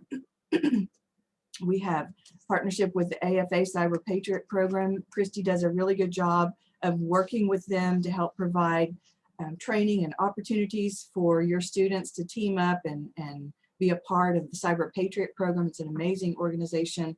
Whether you teach cybersecurity or not, it's a great way to start and get involved. They have a middle school program they're trying to grow. So if that's something that you're interested in, Kristi's the one you'll talk to about that. That Cisco is another partner of ours. MBA Research and Curriculum is another, our state is a consortium state member of this national group, and we do a lot with MBA Research. They put on an amazing conclave in the spring, and actually this year it's virtual again due to COVID, and it's going to be starting on the 2nd day of our conference, our Oklahoma Summit Conference. So it's a conflict, but it's a 3-day conference. They have amazing presenters that are industry well-known people. And they've got, and once again, they've got a great lineup of industry people, and every year it never disappoints, especially if you teach in the areas of business management, marketing, finance, entrepreneurship, did I say marketing? those particular areas especially have great opportunities for you there. So keep that in mind. And if you do teach in those areas, I would encourage you to go ahead and register. It's a free conference this year for you, and it's available to you later. So while we will miss that first day of their conclave, it'll be recorded so we can go back and watch it again. So we can get you more information on that if you're interested. And then we also did recently what we called industry futuring panels. MBA Research actually came down and facilitated that activity for us, where we brought in industry CEO level type people from industries within the business management, finance, and marketing cluster areas, and spent one day with each of those groups talking about what are the trends and what are the skill sets needed for what's coming down. And we utilized that to take a look at our instructional framework and determine where do we need to make changes, what do we need to add, what do we need to take out, and we're still doing those things from that group. That was an amazing activity. And this just kind of gives you an idea. One of the things about career tech that is so important are the industry connections, and figuring out how do we keep our programs relevant, because our students need to be able to see our industry connections and why they're learning what they're learning. It makes it relevant. It's so much easier than teaching math or English, because many times they'll look at some of those things that they're doing in those upper level math or science courses, and they're saying, I'm never going to use that again. In our courses, you can make everything relevant, because what we're doing is something that should be relevant in the business world. So relevancy is key, and the key to that being relevant is those industry connections. So they do a lot of things with us as far as professional development opportunities and work-based learning opportunities that they provide for students. They serve on advisory committees, and they're obviously very well connected with us in BPA and DECA. They support those state conferences quite well. And then the BMITE Teacher Advisory Committee. This is something that we do each year, and we invite, I would encourage any of you to come to this. It's going to be on October the 19th this year. And we do it every year, and we ask teachers to come in and just take a look at our framework and talk about, what do you see that's missing? What does not make sense? Are there tests that we don't have on our syllabi that need to be there? What are some of the things that are critical to what you're doing? It's a great opportunity to network with other teachers who are doing the same thing that you're doing and hear what they're doing. So this is just one of those opportunities that, even though you may be new to career tech, some of you aren't so new to career tech, but most of you are new to career tech. And this is a great way for you to start to connect and to start to hear those conversations about how you can help define and shape what we're doing at a state level. It's an opportunity for your voice to be heard. So we certainly encourage you, whether you're new or you're a veteran teacher, this is a great opportunity for you to come and be a part of the direction of our division. And then we offer professional development throughout the year. Oklahoma Summit is really key. That's something that every career tech employee is expected to participate in. It happens the same time every year. It's the 1st of August, the first 2 days in August, weekdays. And so they do a general conference for everyone on the first day, but the second day is the best day, because that's the day when Kathy has an amazing lineup of opportunities scheduled for you to pick and choose from based on what you teach and what your interest areas are. And it's something you don't want to miss. You're expected to attend, but it's something you're going to appreciate, because it is spot on as far as some of the questions that you have and things that can help you. Many of the presenters are teachers or your peers who are teaching what you're teaching, and they will give you resources and wonderful things for you to take back to your classroom. So mark your calendar for those dates, and Kathy will share more about that with you later. Career Tech Master Educator is another opportunity for you to get some professional development online. It's a great new opportunity that we offer at the State Department now, and Mark is going to share some more about that with you as well. But almost any topic you can think of that you want to learn about, you can find it in Career Tech Master Educator. And it also includes LinkedIn Learning in that as well. And then you'll learn about all of these opportunities by following our Monday Madness newsletter. We send it out every Monday, sometimes Tuesday, if depending on if, you know, Monday may be a holiday, so it may come out on Tuesday. We haven't been sending them out the last 4-6 weeks through the summer, because we figure most people probably aren't reading them at this point. But that's where you'll find all the opportunities. If there's some kind of a professional development activity that's going on, if there's a date for a report that's coming up, a reminder to not let that slip through the cracks. But so we just suggest that you create a folder in your email and set it up as a Monday Madness, or set it up as a State Department BMITE division or something, and save all those in there, because you may want to refer back to those if you can't remember something. So watch for that.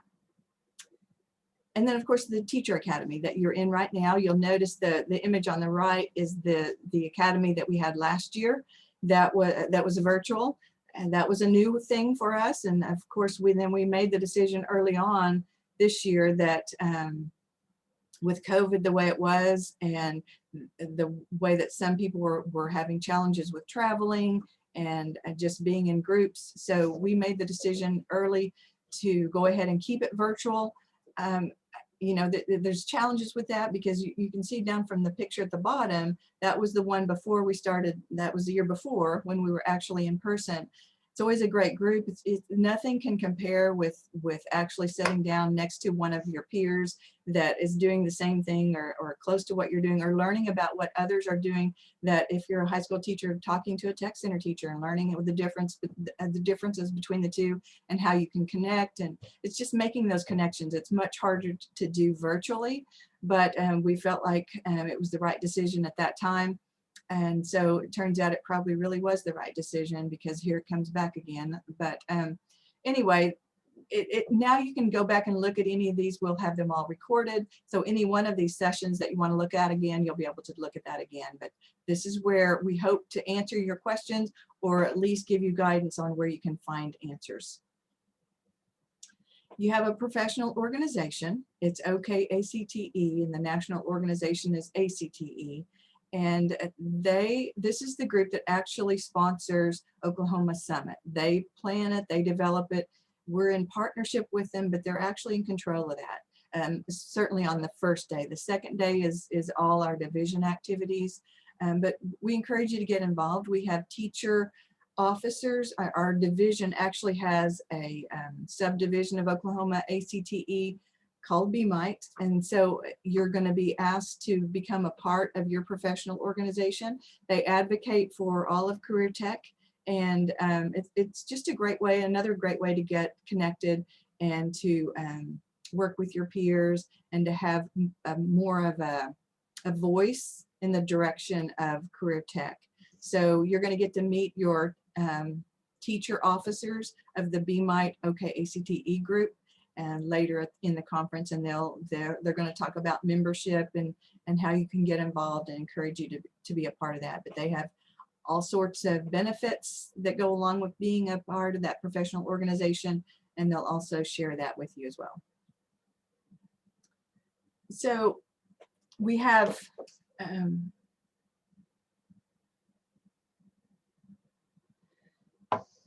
so it's about my time with you is just about up for now, but there's a couple more things that we want to talk about, and that is communication. How do we communicate with you? How do you get your updates? And the main way for you to find information, once again, is through our website or on CTYOU, and Mark again is going to show you that information. Paxton has put together BPA and Deca websites that are really good. So the agency is in control of our agency website, and it is actually undergoing a redevelopment. And I think that's going to be available closer to Christmas when they'll roll out the new website. There are some challenges with our current website, and so we apologize up front with that. But this link will take you directly to our division website, and then these two links take you then to BPA or Deca organization. The Monday Madness newsletter that I talked about earlier Pam sends that out through Oklahoma Gov delivery. So certainly you're going to want to be on that mail out list and hang on to those newsletters. And then we also have a Twitter account that is at BMITE1. And then of course I talked about Pam Porter being our administrative assistant. A lot of the emails that go out will be coming from Pam. So certainly don't let those go to spam. So a question for you, please, again in the chat. What is a benefit of your Career Tech BMITE program that you learned about today? What would be a benefit that you heard about today of your program? Grants, funding, good, funding. Funding is always a key, right? We always want to know, how can we find funds? Access to funding, support, networking, resources, contacts. Great. Great. And just know that knowing that they're there is important. And you don't necessarily know now exactly where to find those, but hopefully before these 3 days are over, you will know that, or you'll understand, have a general idea of how you go about finding that information. So great. Okay. So I thank you for your attention, and hopefully you did learn something from this session, and then I'll get to visit with you again after lunch. Stop sharing my screen.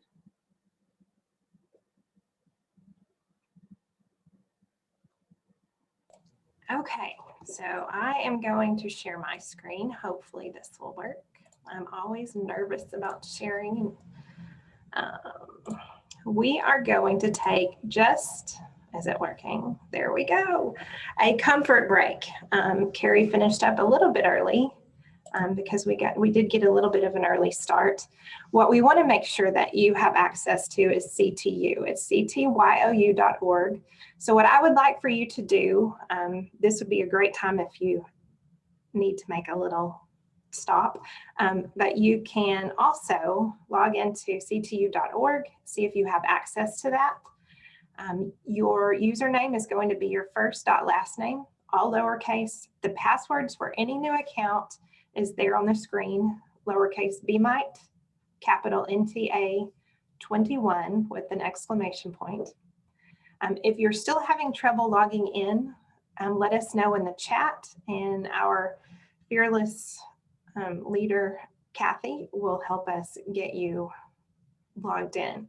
Now the password, okay, the note says this does not apply to any accounts that were created by the individual and not the BMITE office prior to July 19th. So if you created your own account before yesterday, you will log in just as you did then with the password that you created. There were some accounts that some of our new instructors that did not have accounts created yet, and Mark and Paxton went in yesterday evening and created those for us. So if you were one of those that was created yesterday, this is how you will log in. So if for some reason you do not have access, please let us know in the chat. Otherwise, take this time to do what you need to do. You can turn off your screen, take care of your things. We will play. Where did she? I got to look at my text message. Paxton let me know that she will play the Survivor theme when we have about a minute left to get back to the screen. So enjoy your few minutes break, and we will see you back at 10:45, ready for Mark to talk to us about safety training.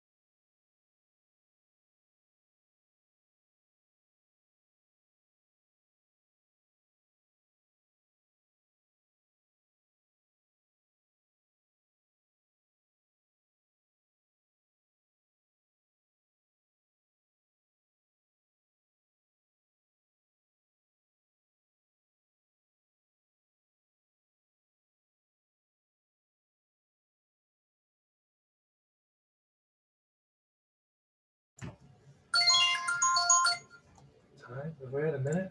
No, that's for me to play them.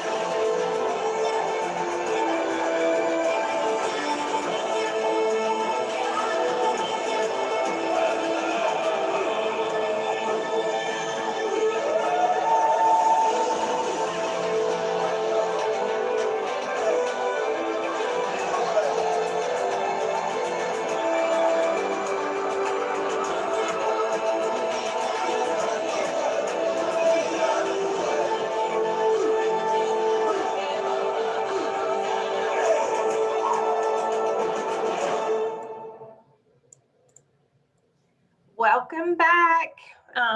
Hopefully you were all able to log into CTYOU. For now, we are going to send it over to Mark and let him take over talking about safety training. These are great pictures, Mark.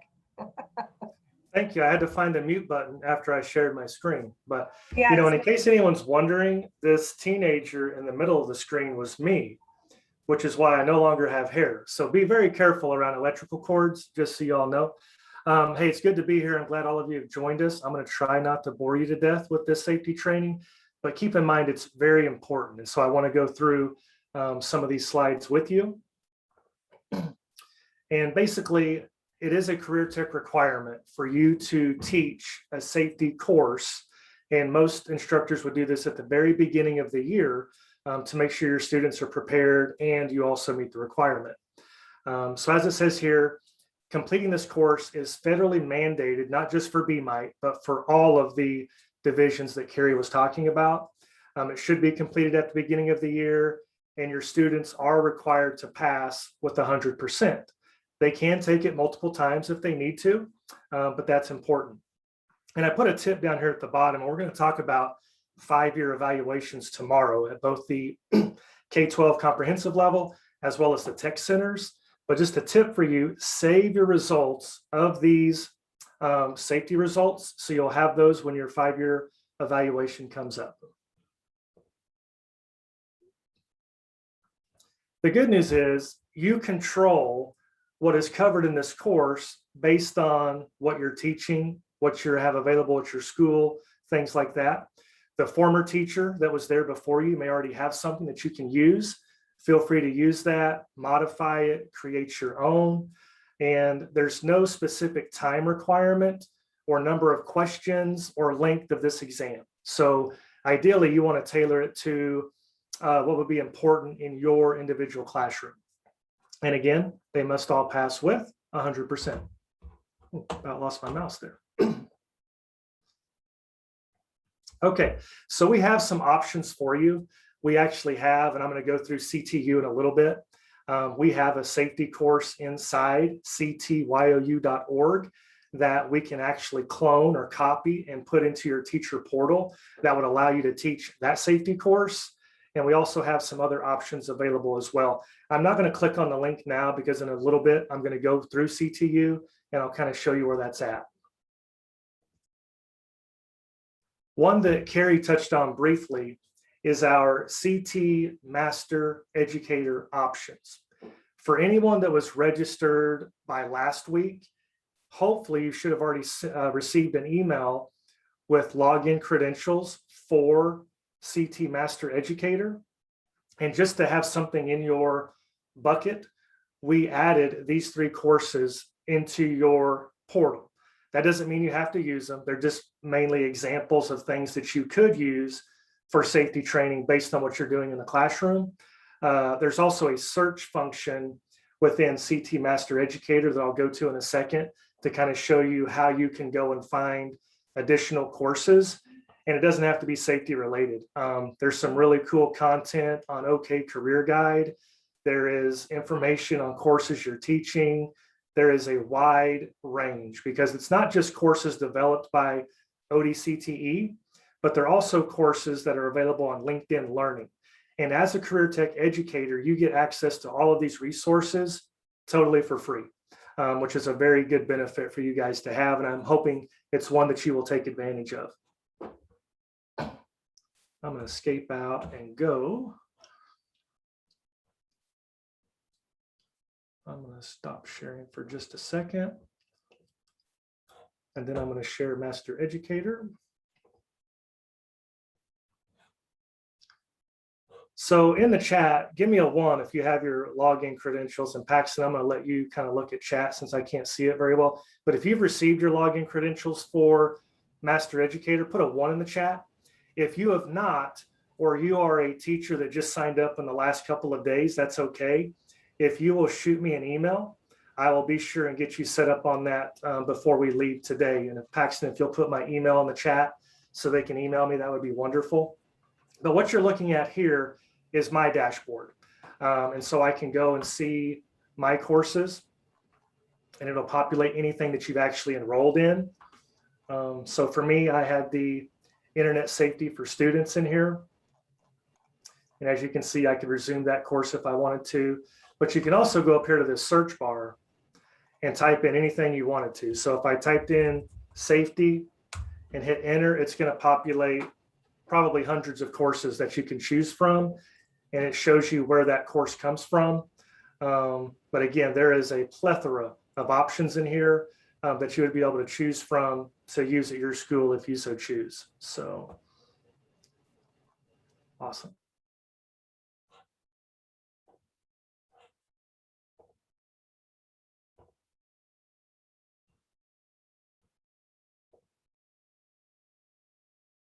Okay, so that's safety in a nutshell, right? It's cut and dry, went pretty quickly, but here's what I want you to do for me. So if you've been to your classroom and you know what it looks like, in the chat, tell us one thing you think you could do to improve safety in your classroom for this upcoming year. If you haven't seen your classroom yet, that's okay. Maybe you have an idea. Maybe you're OCD like me and the cords have to be perfectly straight and hung up and out of the way. Walkways clear, things like that. But I would love to see what you guys are putting in chat. Okay, Mark, so we have one that came in, eliminating all trip hazards. Yeah, that's very important, right? Because we certainly don't want yourself or a student to be hurt. So that's very important. How many of you right now, right next to your keyboard or your computer, have a drink? I don't know if you can see my Pistol Pete cup. It's okay to boo me if you are on the other side. That's okay. I can handle it. The good news is mine has a lid on it, right? And it's a closed lid. So if I spill it, it's going to make minimal mess. But again, that's just something you'll have to determine in your classrooms, right? Every school is different. You make your own rules. Oh, I love this one. Obey OSHA. Absolutely. So there's a lot in that book. It's probably more than I would want to read today, but that's good. Hey, we have some more Pokes fans in the house. That's the best news I've heard of the day. So I think the what else do we general have? consensus is that cords are a nightmare. Yeah, especially in the computer labs when you have all these different computers, depending on what type of options you have available to hide those cords or put them somewhere else. Todd says he has a ladder safety class. Love it. Does that mean we shouldn't walk under an open ladder, Todd? I'm just curious. Is that really going to bring me bad luck for like 7 years? If so, I need to quit doing that, I guess. Steve says cleaning procedures for keyboard and mouse. Yeah, especially during this day and age, right? With the pandemic and things. Yeah, you went from not only teacher, but to custodian, right? Cleanup crew, hazmat. You guys wear a lot of different hats in that classroom. That's why it is so important. So Declutter areas. MSDS, yes, easy to find.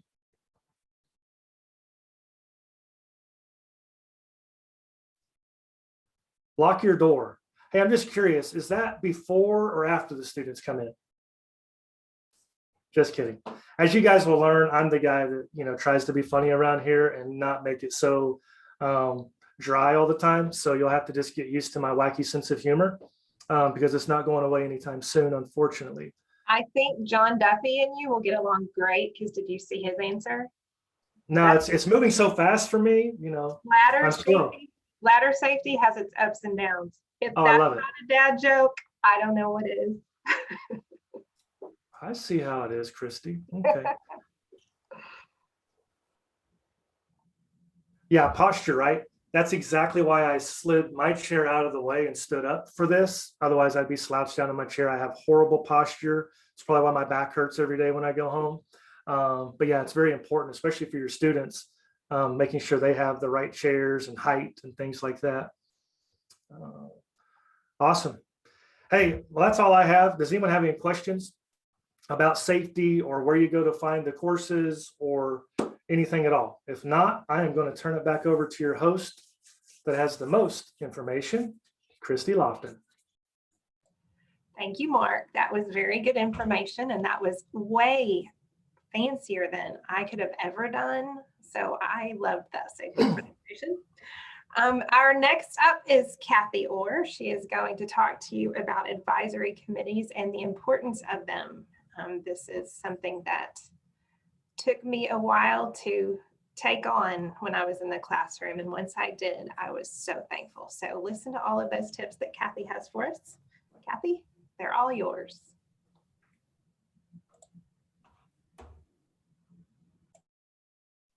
Okay.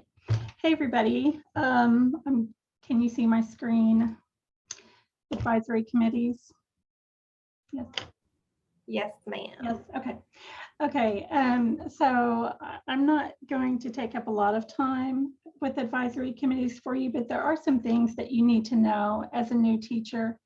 And one is that you do need to have an advisory committee. Just like Carrie talked about earlier, we even have an advisory committee here.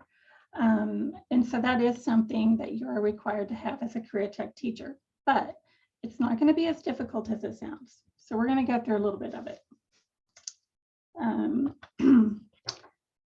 Before I show you on CTYOU how to find this information, I'm just going to go through a few things.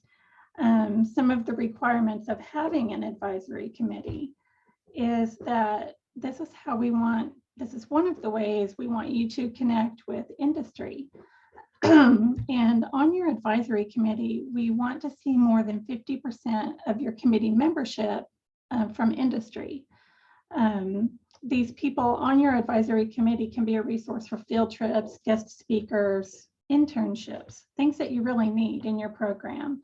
You do only have to meet once a year. If you choose to meet more than that, that's fine. But you do need to have this in your records because when we come do your 5-year evaluation, or if you're at a technology center and you go through an accreditation visit, this is something that they'll ask for. There's a lot of information to go along with an advisory committee, including having a list or a roster of your membership. When we see that roster, we want to see their name, their job title, their company name, so that we can see who all is on your roster and where are they from.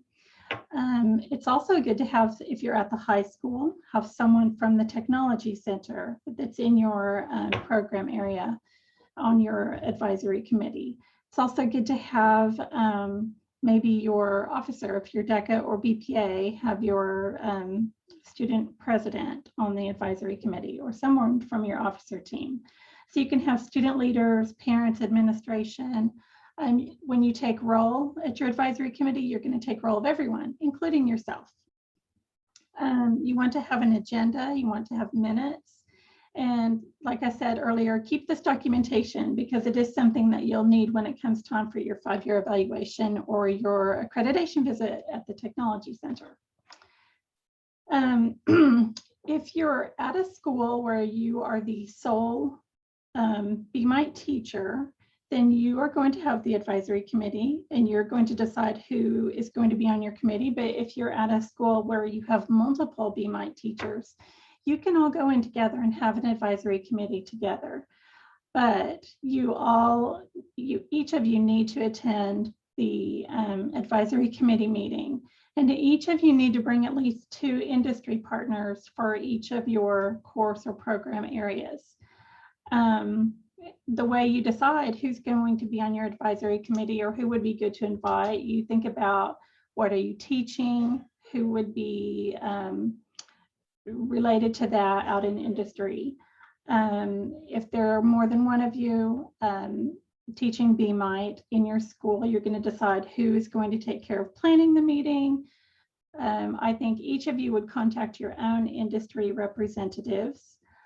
Which teacher will document the meeting, who is taking minutes, who will continue communication with industry. Again, I think each of you need to continue to communicate with your own industry representatives. And what else needs done? So what we talked about is having an agenda. Before you have your meeting, you want to have an agenda. And again, when we went through COVID, we were allowing virtual meetings, of course, just like everything else. But as we move past COVID, we sure hope the meetings do have to be in person. We want them to come to your school. We want them to see your classroom and see what your students are doing. They're going to make recommendations on your program, so they need to be able to see it. But if it isn't if we are still virtual for whatever reason, then it does need to be a live virtual meeting such as this. So on an agenda, you'd have your name at the top of it, call to order, welcoming remarks, introductions, minutes from the last meeting.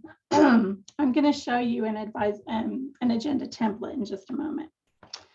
So I'm going to show you on CTYOU.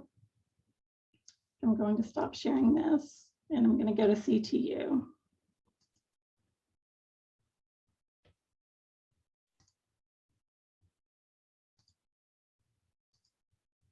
Okay, so for those of you who have been able to get into CTYOU or you've gone in and logged in to set up an account, this is what it will look like when you go in, and you'll go to BMITE and then down to teacher resources.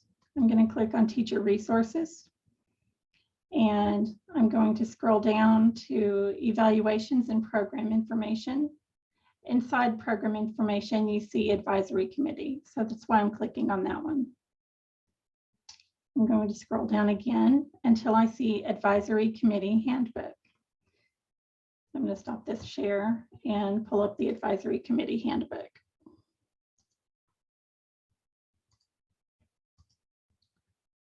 Okay, so on the advisory committee handbook, I need to pull this over here.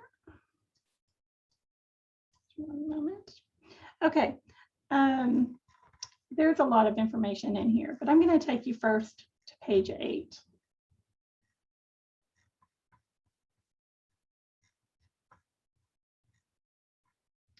Here's a template for an agenda. So when you have your first advisory meeting, especially if you're doing this as the sole BMITE teacher, here's an agenda template that you can use.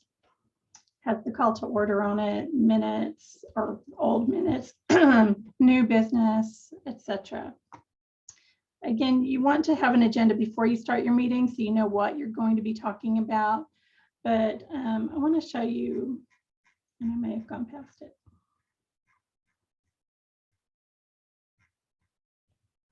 No. Here's a template for minutes. The start of it is actually your advisory committee members, because you do need to take roll whether they're absent or present. We need to know who was there. Here's a template for minutes. I had this page open and then I don't know what happened. I think I'm going to page 18 and 19 actually. No, okay. Well, in here, it does tell you the purpose of the advisory committee, and it's going to be at the very beginning here. It provides a link to your school. Your advisory committee can provide assistance for internships. They can be guest speakers. Your students might be able to go and tour their organization. Determine training needs. Here it is on page 4, actually. They could make suggestions on live work.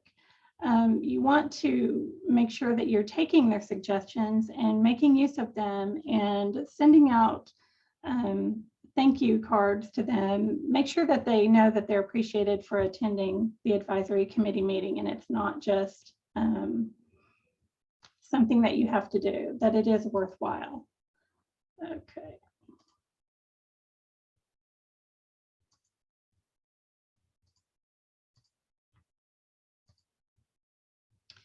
Okay, so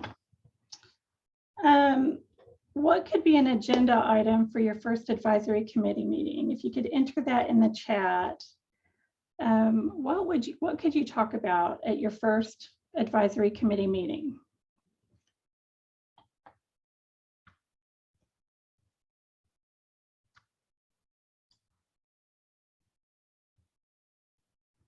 And I can't see the chat right now, so some ideas. Does anyone need ideas? How about what courses you're teaching?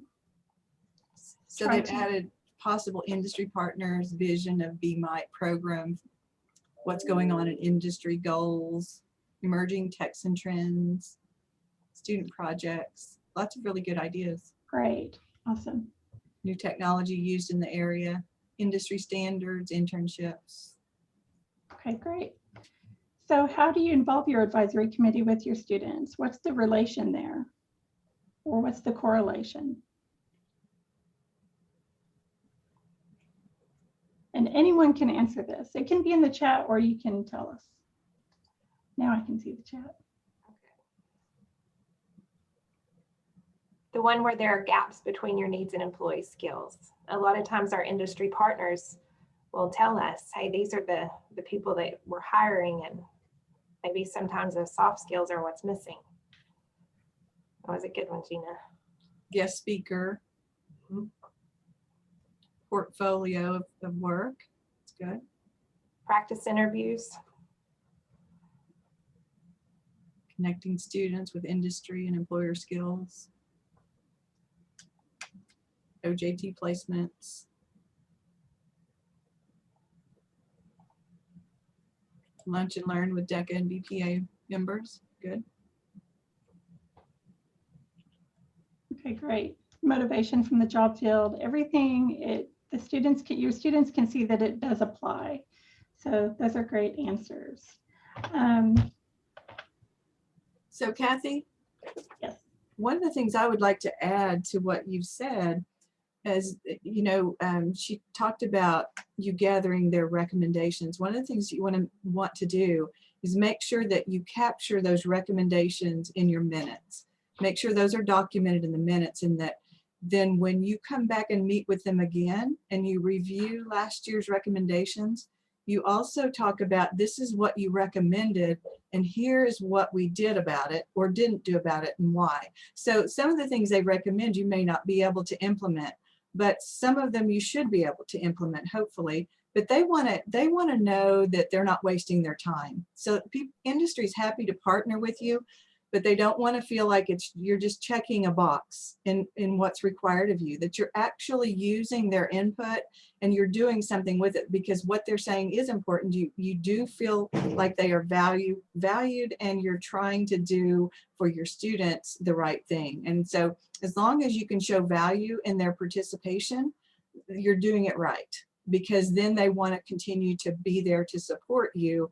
It's not just about you coming and them coming and you giving them a light lunch or a snack, or, and you talk the whole time and tell them about your program and don't give them an opportunity to actually give you input and give you suggestions, which is the whole purpose for them being there, for you to figure out how you can ultimately partner, but you don't want to just start off asking things of them, asking them to do things for you.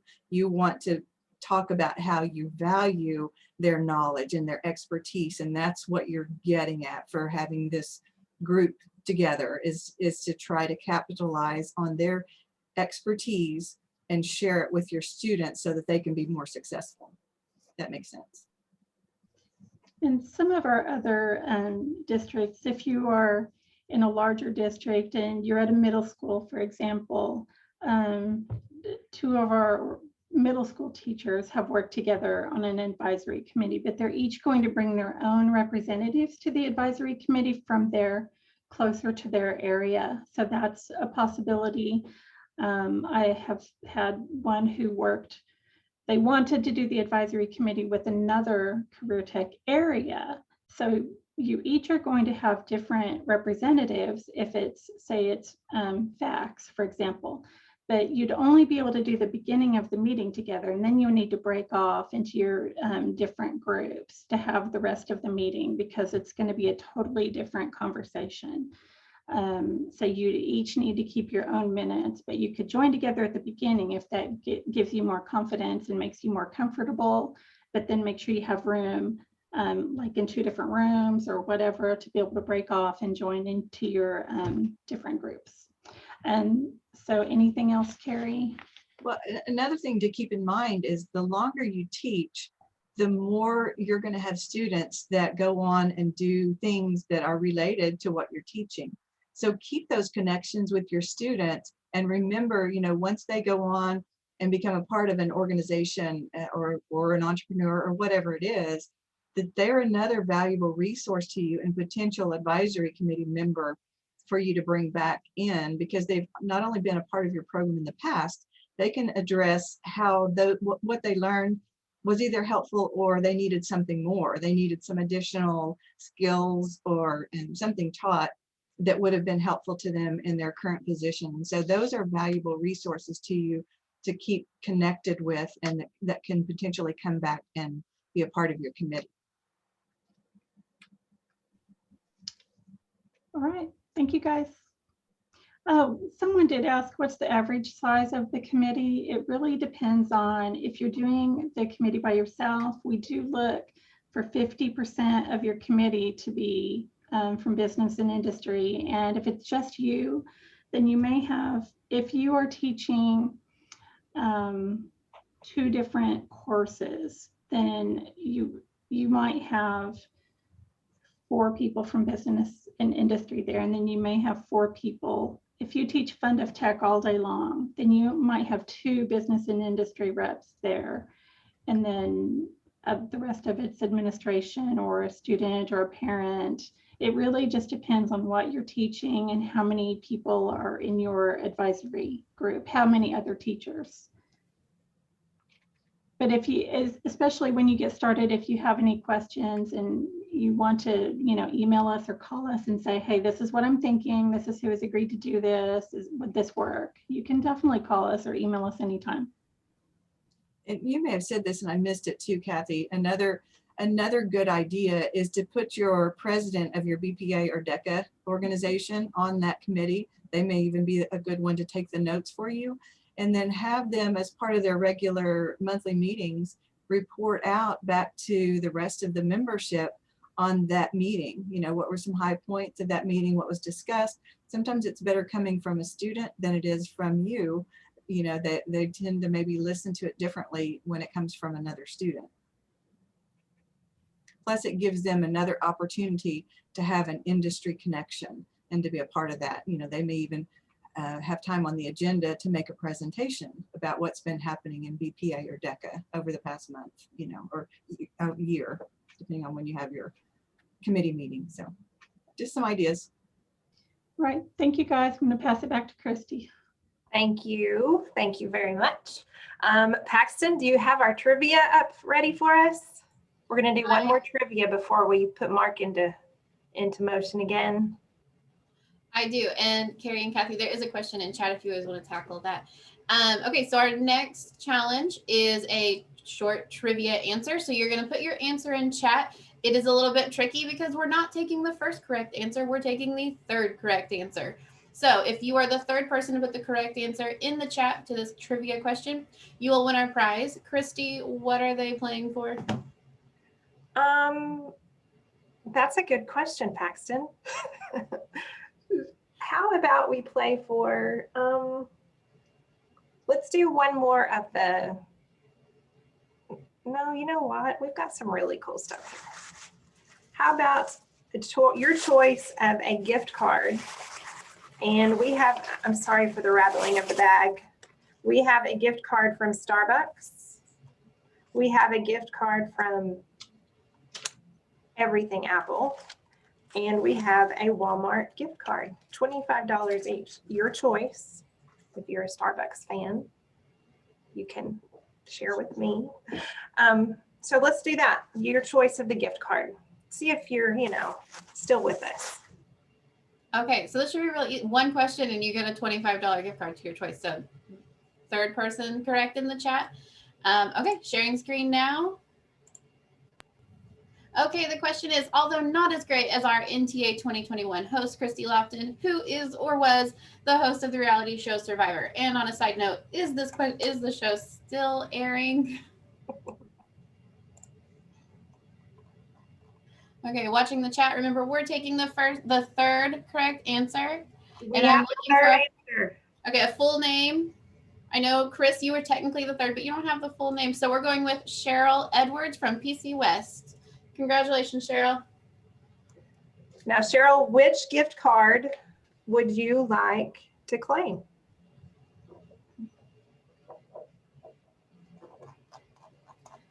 I'll take the Walmart because I don't like coffee. Okay, sounds great. I'll put your name on it. Thank you. Thank you. Okay, Mark, it's all you, buddy. I'm back. Okay, so this is a part you do not want to miss, because even as many years as I've worked here at the agency, CTYOU.org is still the primary resource that I go to daily. So please make sure that you bookmark this site, because anything that you're dealing with in your program, administrative rules, syllabi, curriculum, it's all in here. There's nothing that you need that's not somewhere in this LMS system. And this isn't just a compilation of like the last year. This is being built over several years. And we even get a lot of feedback from some of our instructors on important resources that they may use to teach in their classroom, creative ideas, you name it. We have a full alphabetized list that we'll go through here in just a minute. So please make sure you bookmark this. We only have 30 minutes here. I couldn't possibly go through every single module, but I want to touch on some high points. And then if a lot of you are like me, it's okay to sit here and listen and watch somebody drive, but I learn better by doing. And so I'm going to go through a few things, and then at the end, I'm going to have an activity for all of you. And guess what? Someone's going to win a prize. So let's go ahead and get started.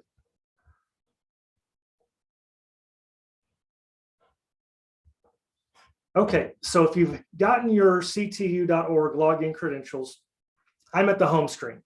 Keep in mind that my home screen is probably going to look a little bit different than yours, because I'm probably in a lot more courses and things than you would be. But the first thing you want to do, of course, is click on BMITE.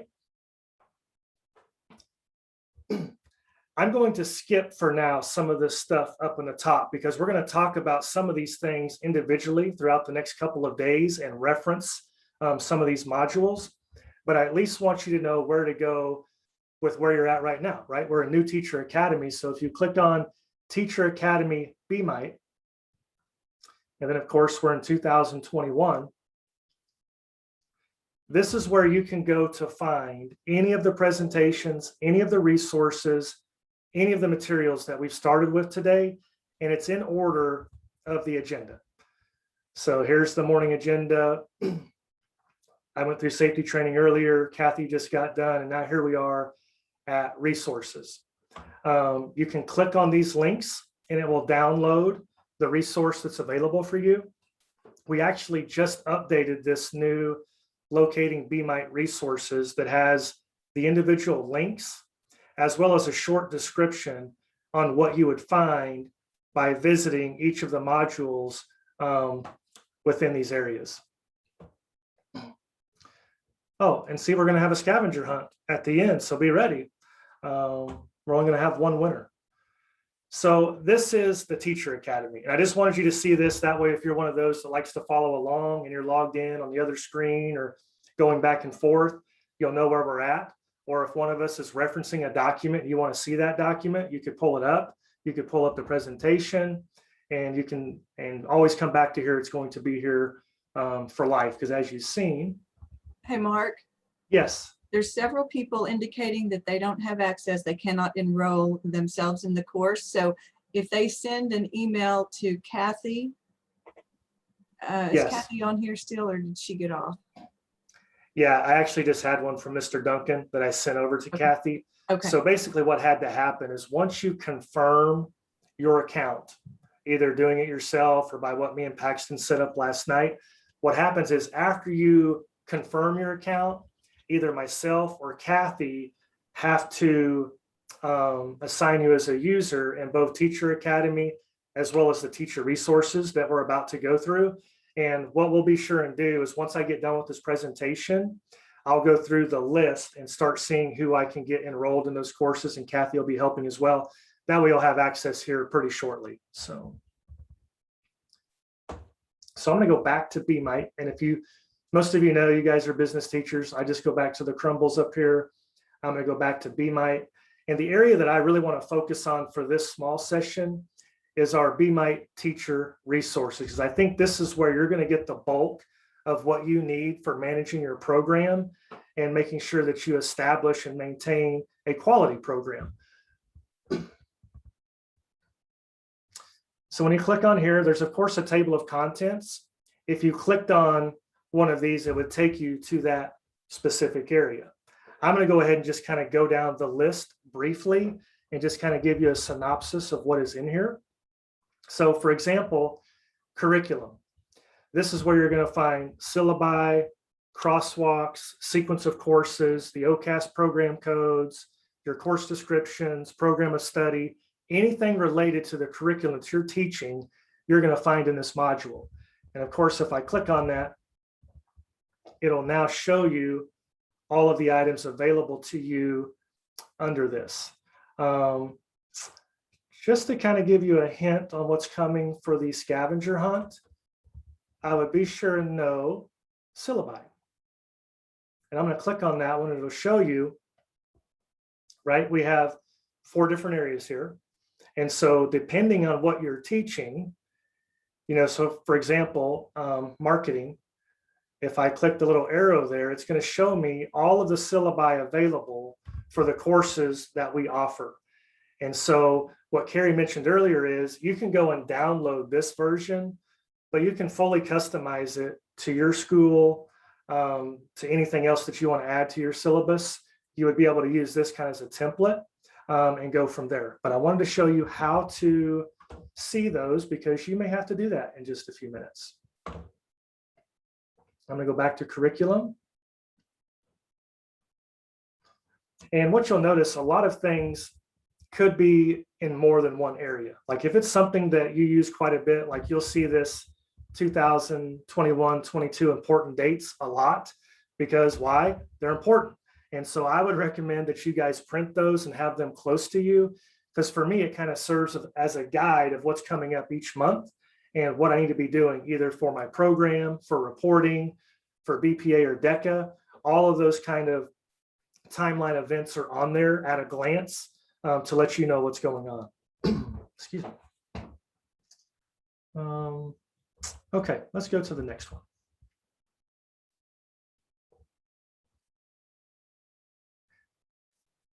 And Carrie and team, if you guys have things as I'm going through these areas, please just speak up.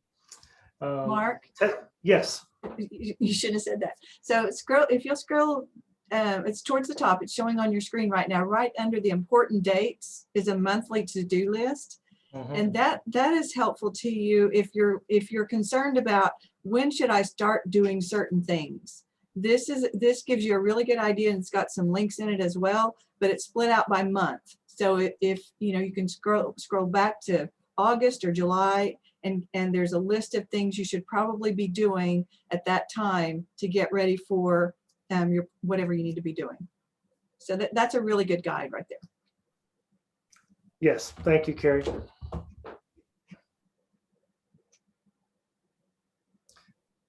Okay, the next one's testing, right?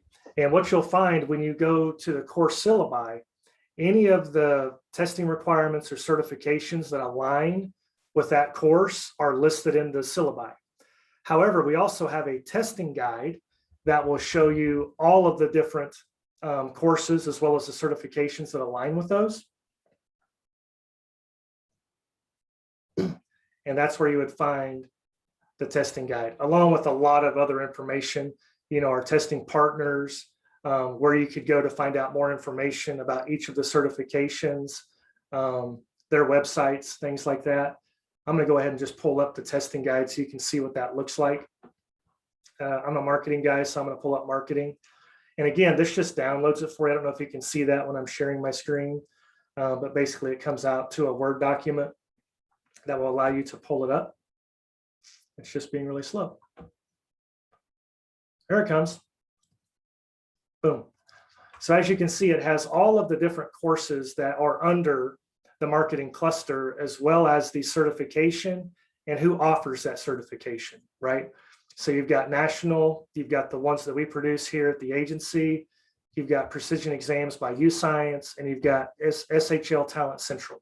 So it's just kind of a quick guide if you wanted to kind of see all of them at a glance, or your administrator was wondering, like you teach 6 different classes, and maybe instead of giving him 6 different syllabi, you want to give him the testing guide so he knows what you're using to test with. This is something that you could use to easily do that.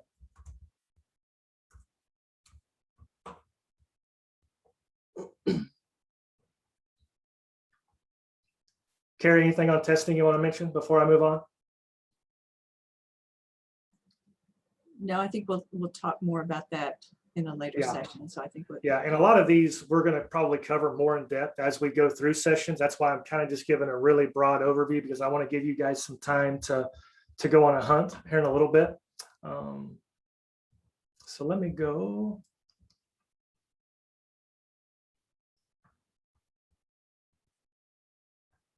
So evaluations and program information, that's going to be dealing with the standards and the quality indicators that talk about running a quality program. And they're the standards that we're looking for when we come out on a site visit, right?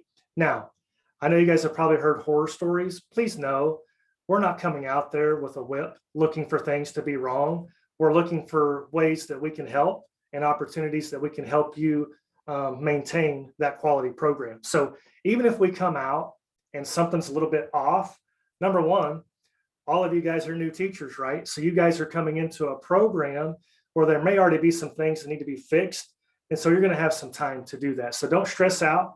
I do know that there are a few of you that are on the schedule this year for the 5-year evaluation, which we'll talk about tomorrow, but don't stress about it, because we're going to work with you well in advance to get you prepared for that and make sure you understand the documents and the evidence that you'll need to be able to meet each of those different standards.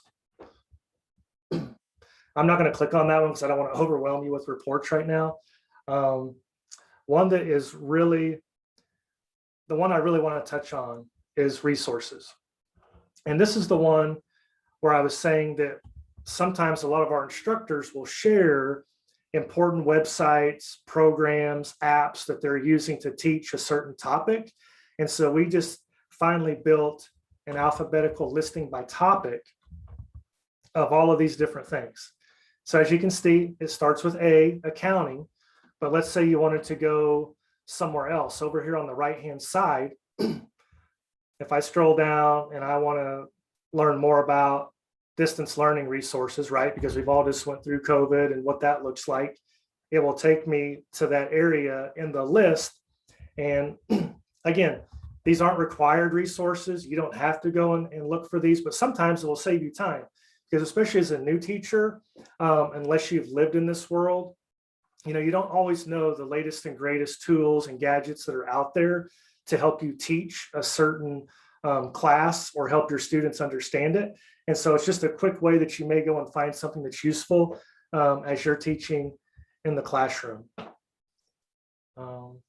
Carrie, anything else on this one? I know this is a big help to our teachers, and a lot of them use it daily, and we get emails all the time of people wanting to add stuff to it. And so we gladly do that. So if you have anything, or you're teaching a topic and it's not in here, email us. We'll be happy to add additional content here. There is so many great resources in here. We can't stress that enough. So if you have a topic that you can find over on the right-hand side, certainly take advantage of that. Most of these are free resources. Some do have a cost associated with them, but once again, all of them come through a recommendation from someone that has said, this is really good, you need to add that. So this is a great place to look if you're looking for some support, project ideas, lesson ideas, that kind of thing. Yeah. Career planning, that's a big one because you have to have your ICAP now for your students' individual career and academic plan. I'll mention it again. If you're in CT Master Educator now, I would search OK Career Guide, because there are some courses in there that will provide you with an overview of what that is, how to use it, and implement it into your classroom. So that's a big one. There's also some other materials in here that will help you. You've got your plan of study resources, and you've got links to other areas that can help you. And of course, if I click on this, it would take me outside of the LMS to OK Career Guide. Again, that one is totally free for all of you to use and build inside your classroom. Some of you might find that the former teacher was already using it, and some of you may be starting from scratch, but that's okay. Again, we're here to serve as an asset to you to make sure that you understand how to use it and what the benefits are of using that in your program.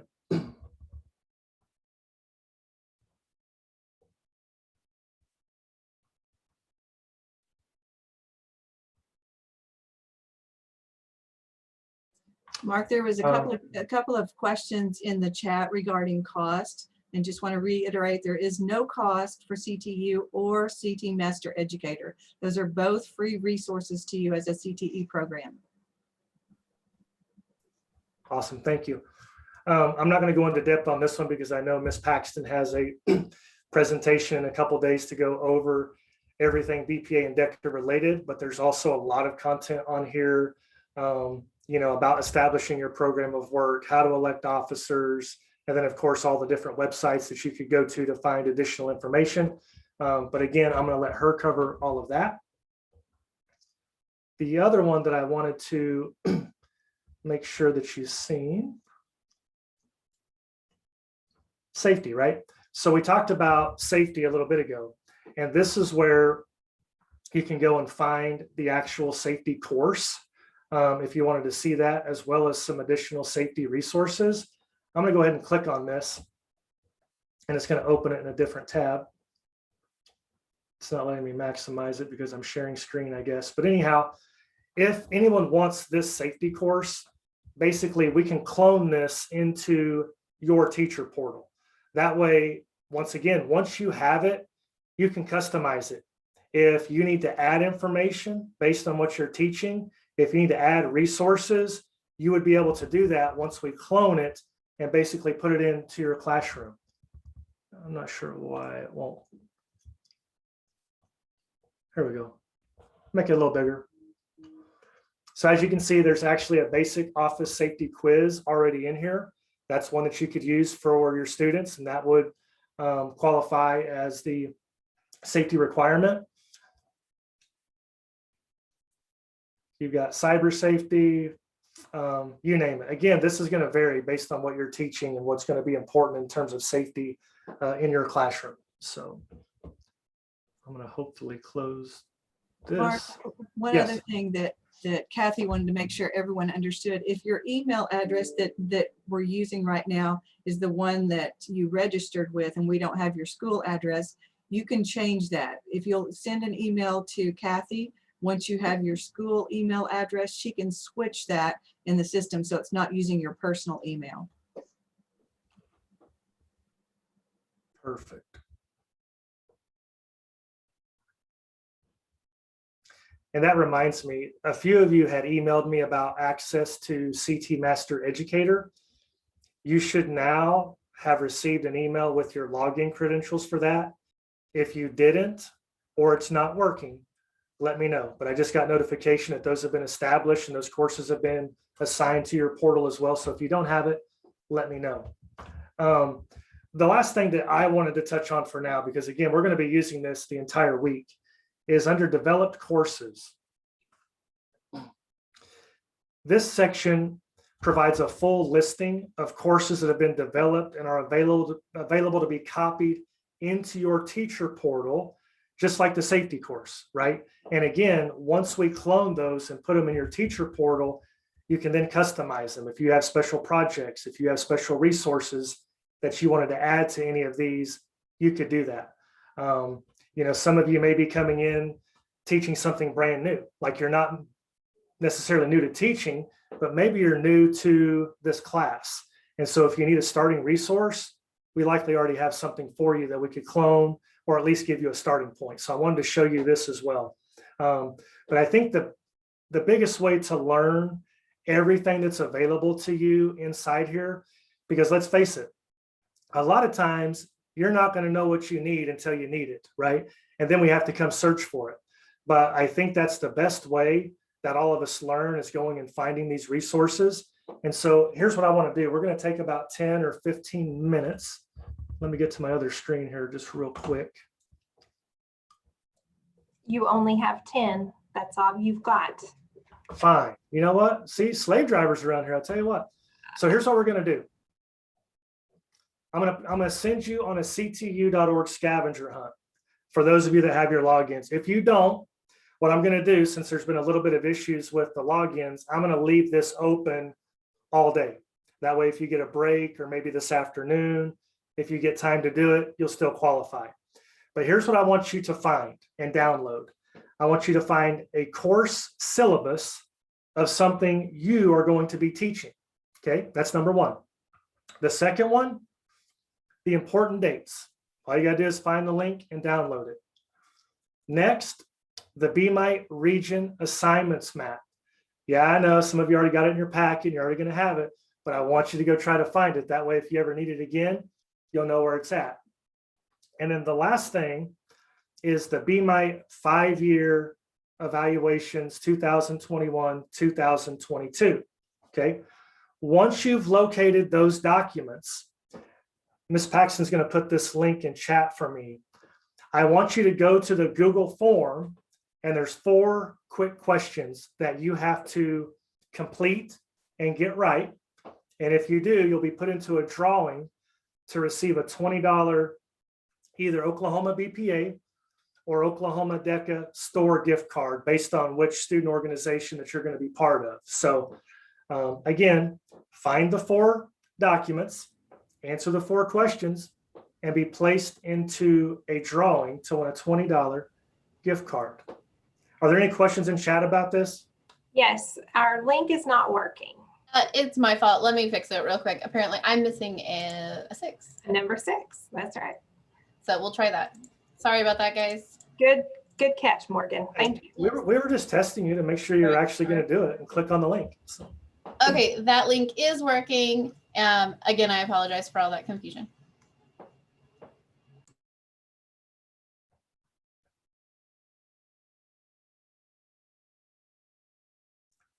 I can see that brains are working hard because my screen is smoking.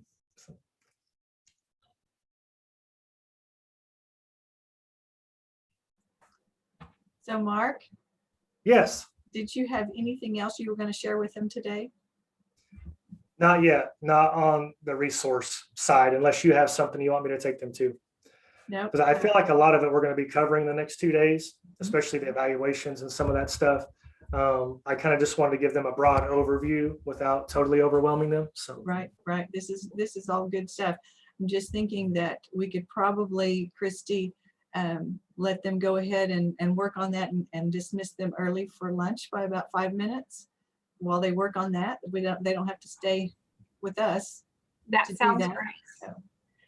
Well, we will dismiss them for lunch. You can continue to work on this, grab you something to eat, And then we will come back at 12:15. We will play the music, or Paxton will play the music about a minute before we begin. So you can log out or you can stay with us, but we will see you back at 12:15.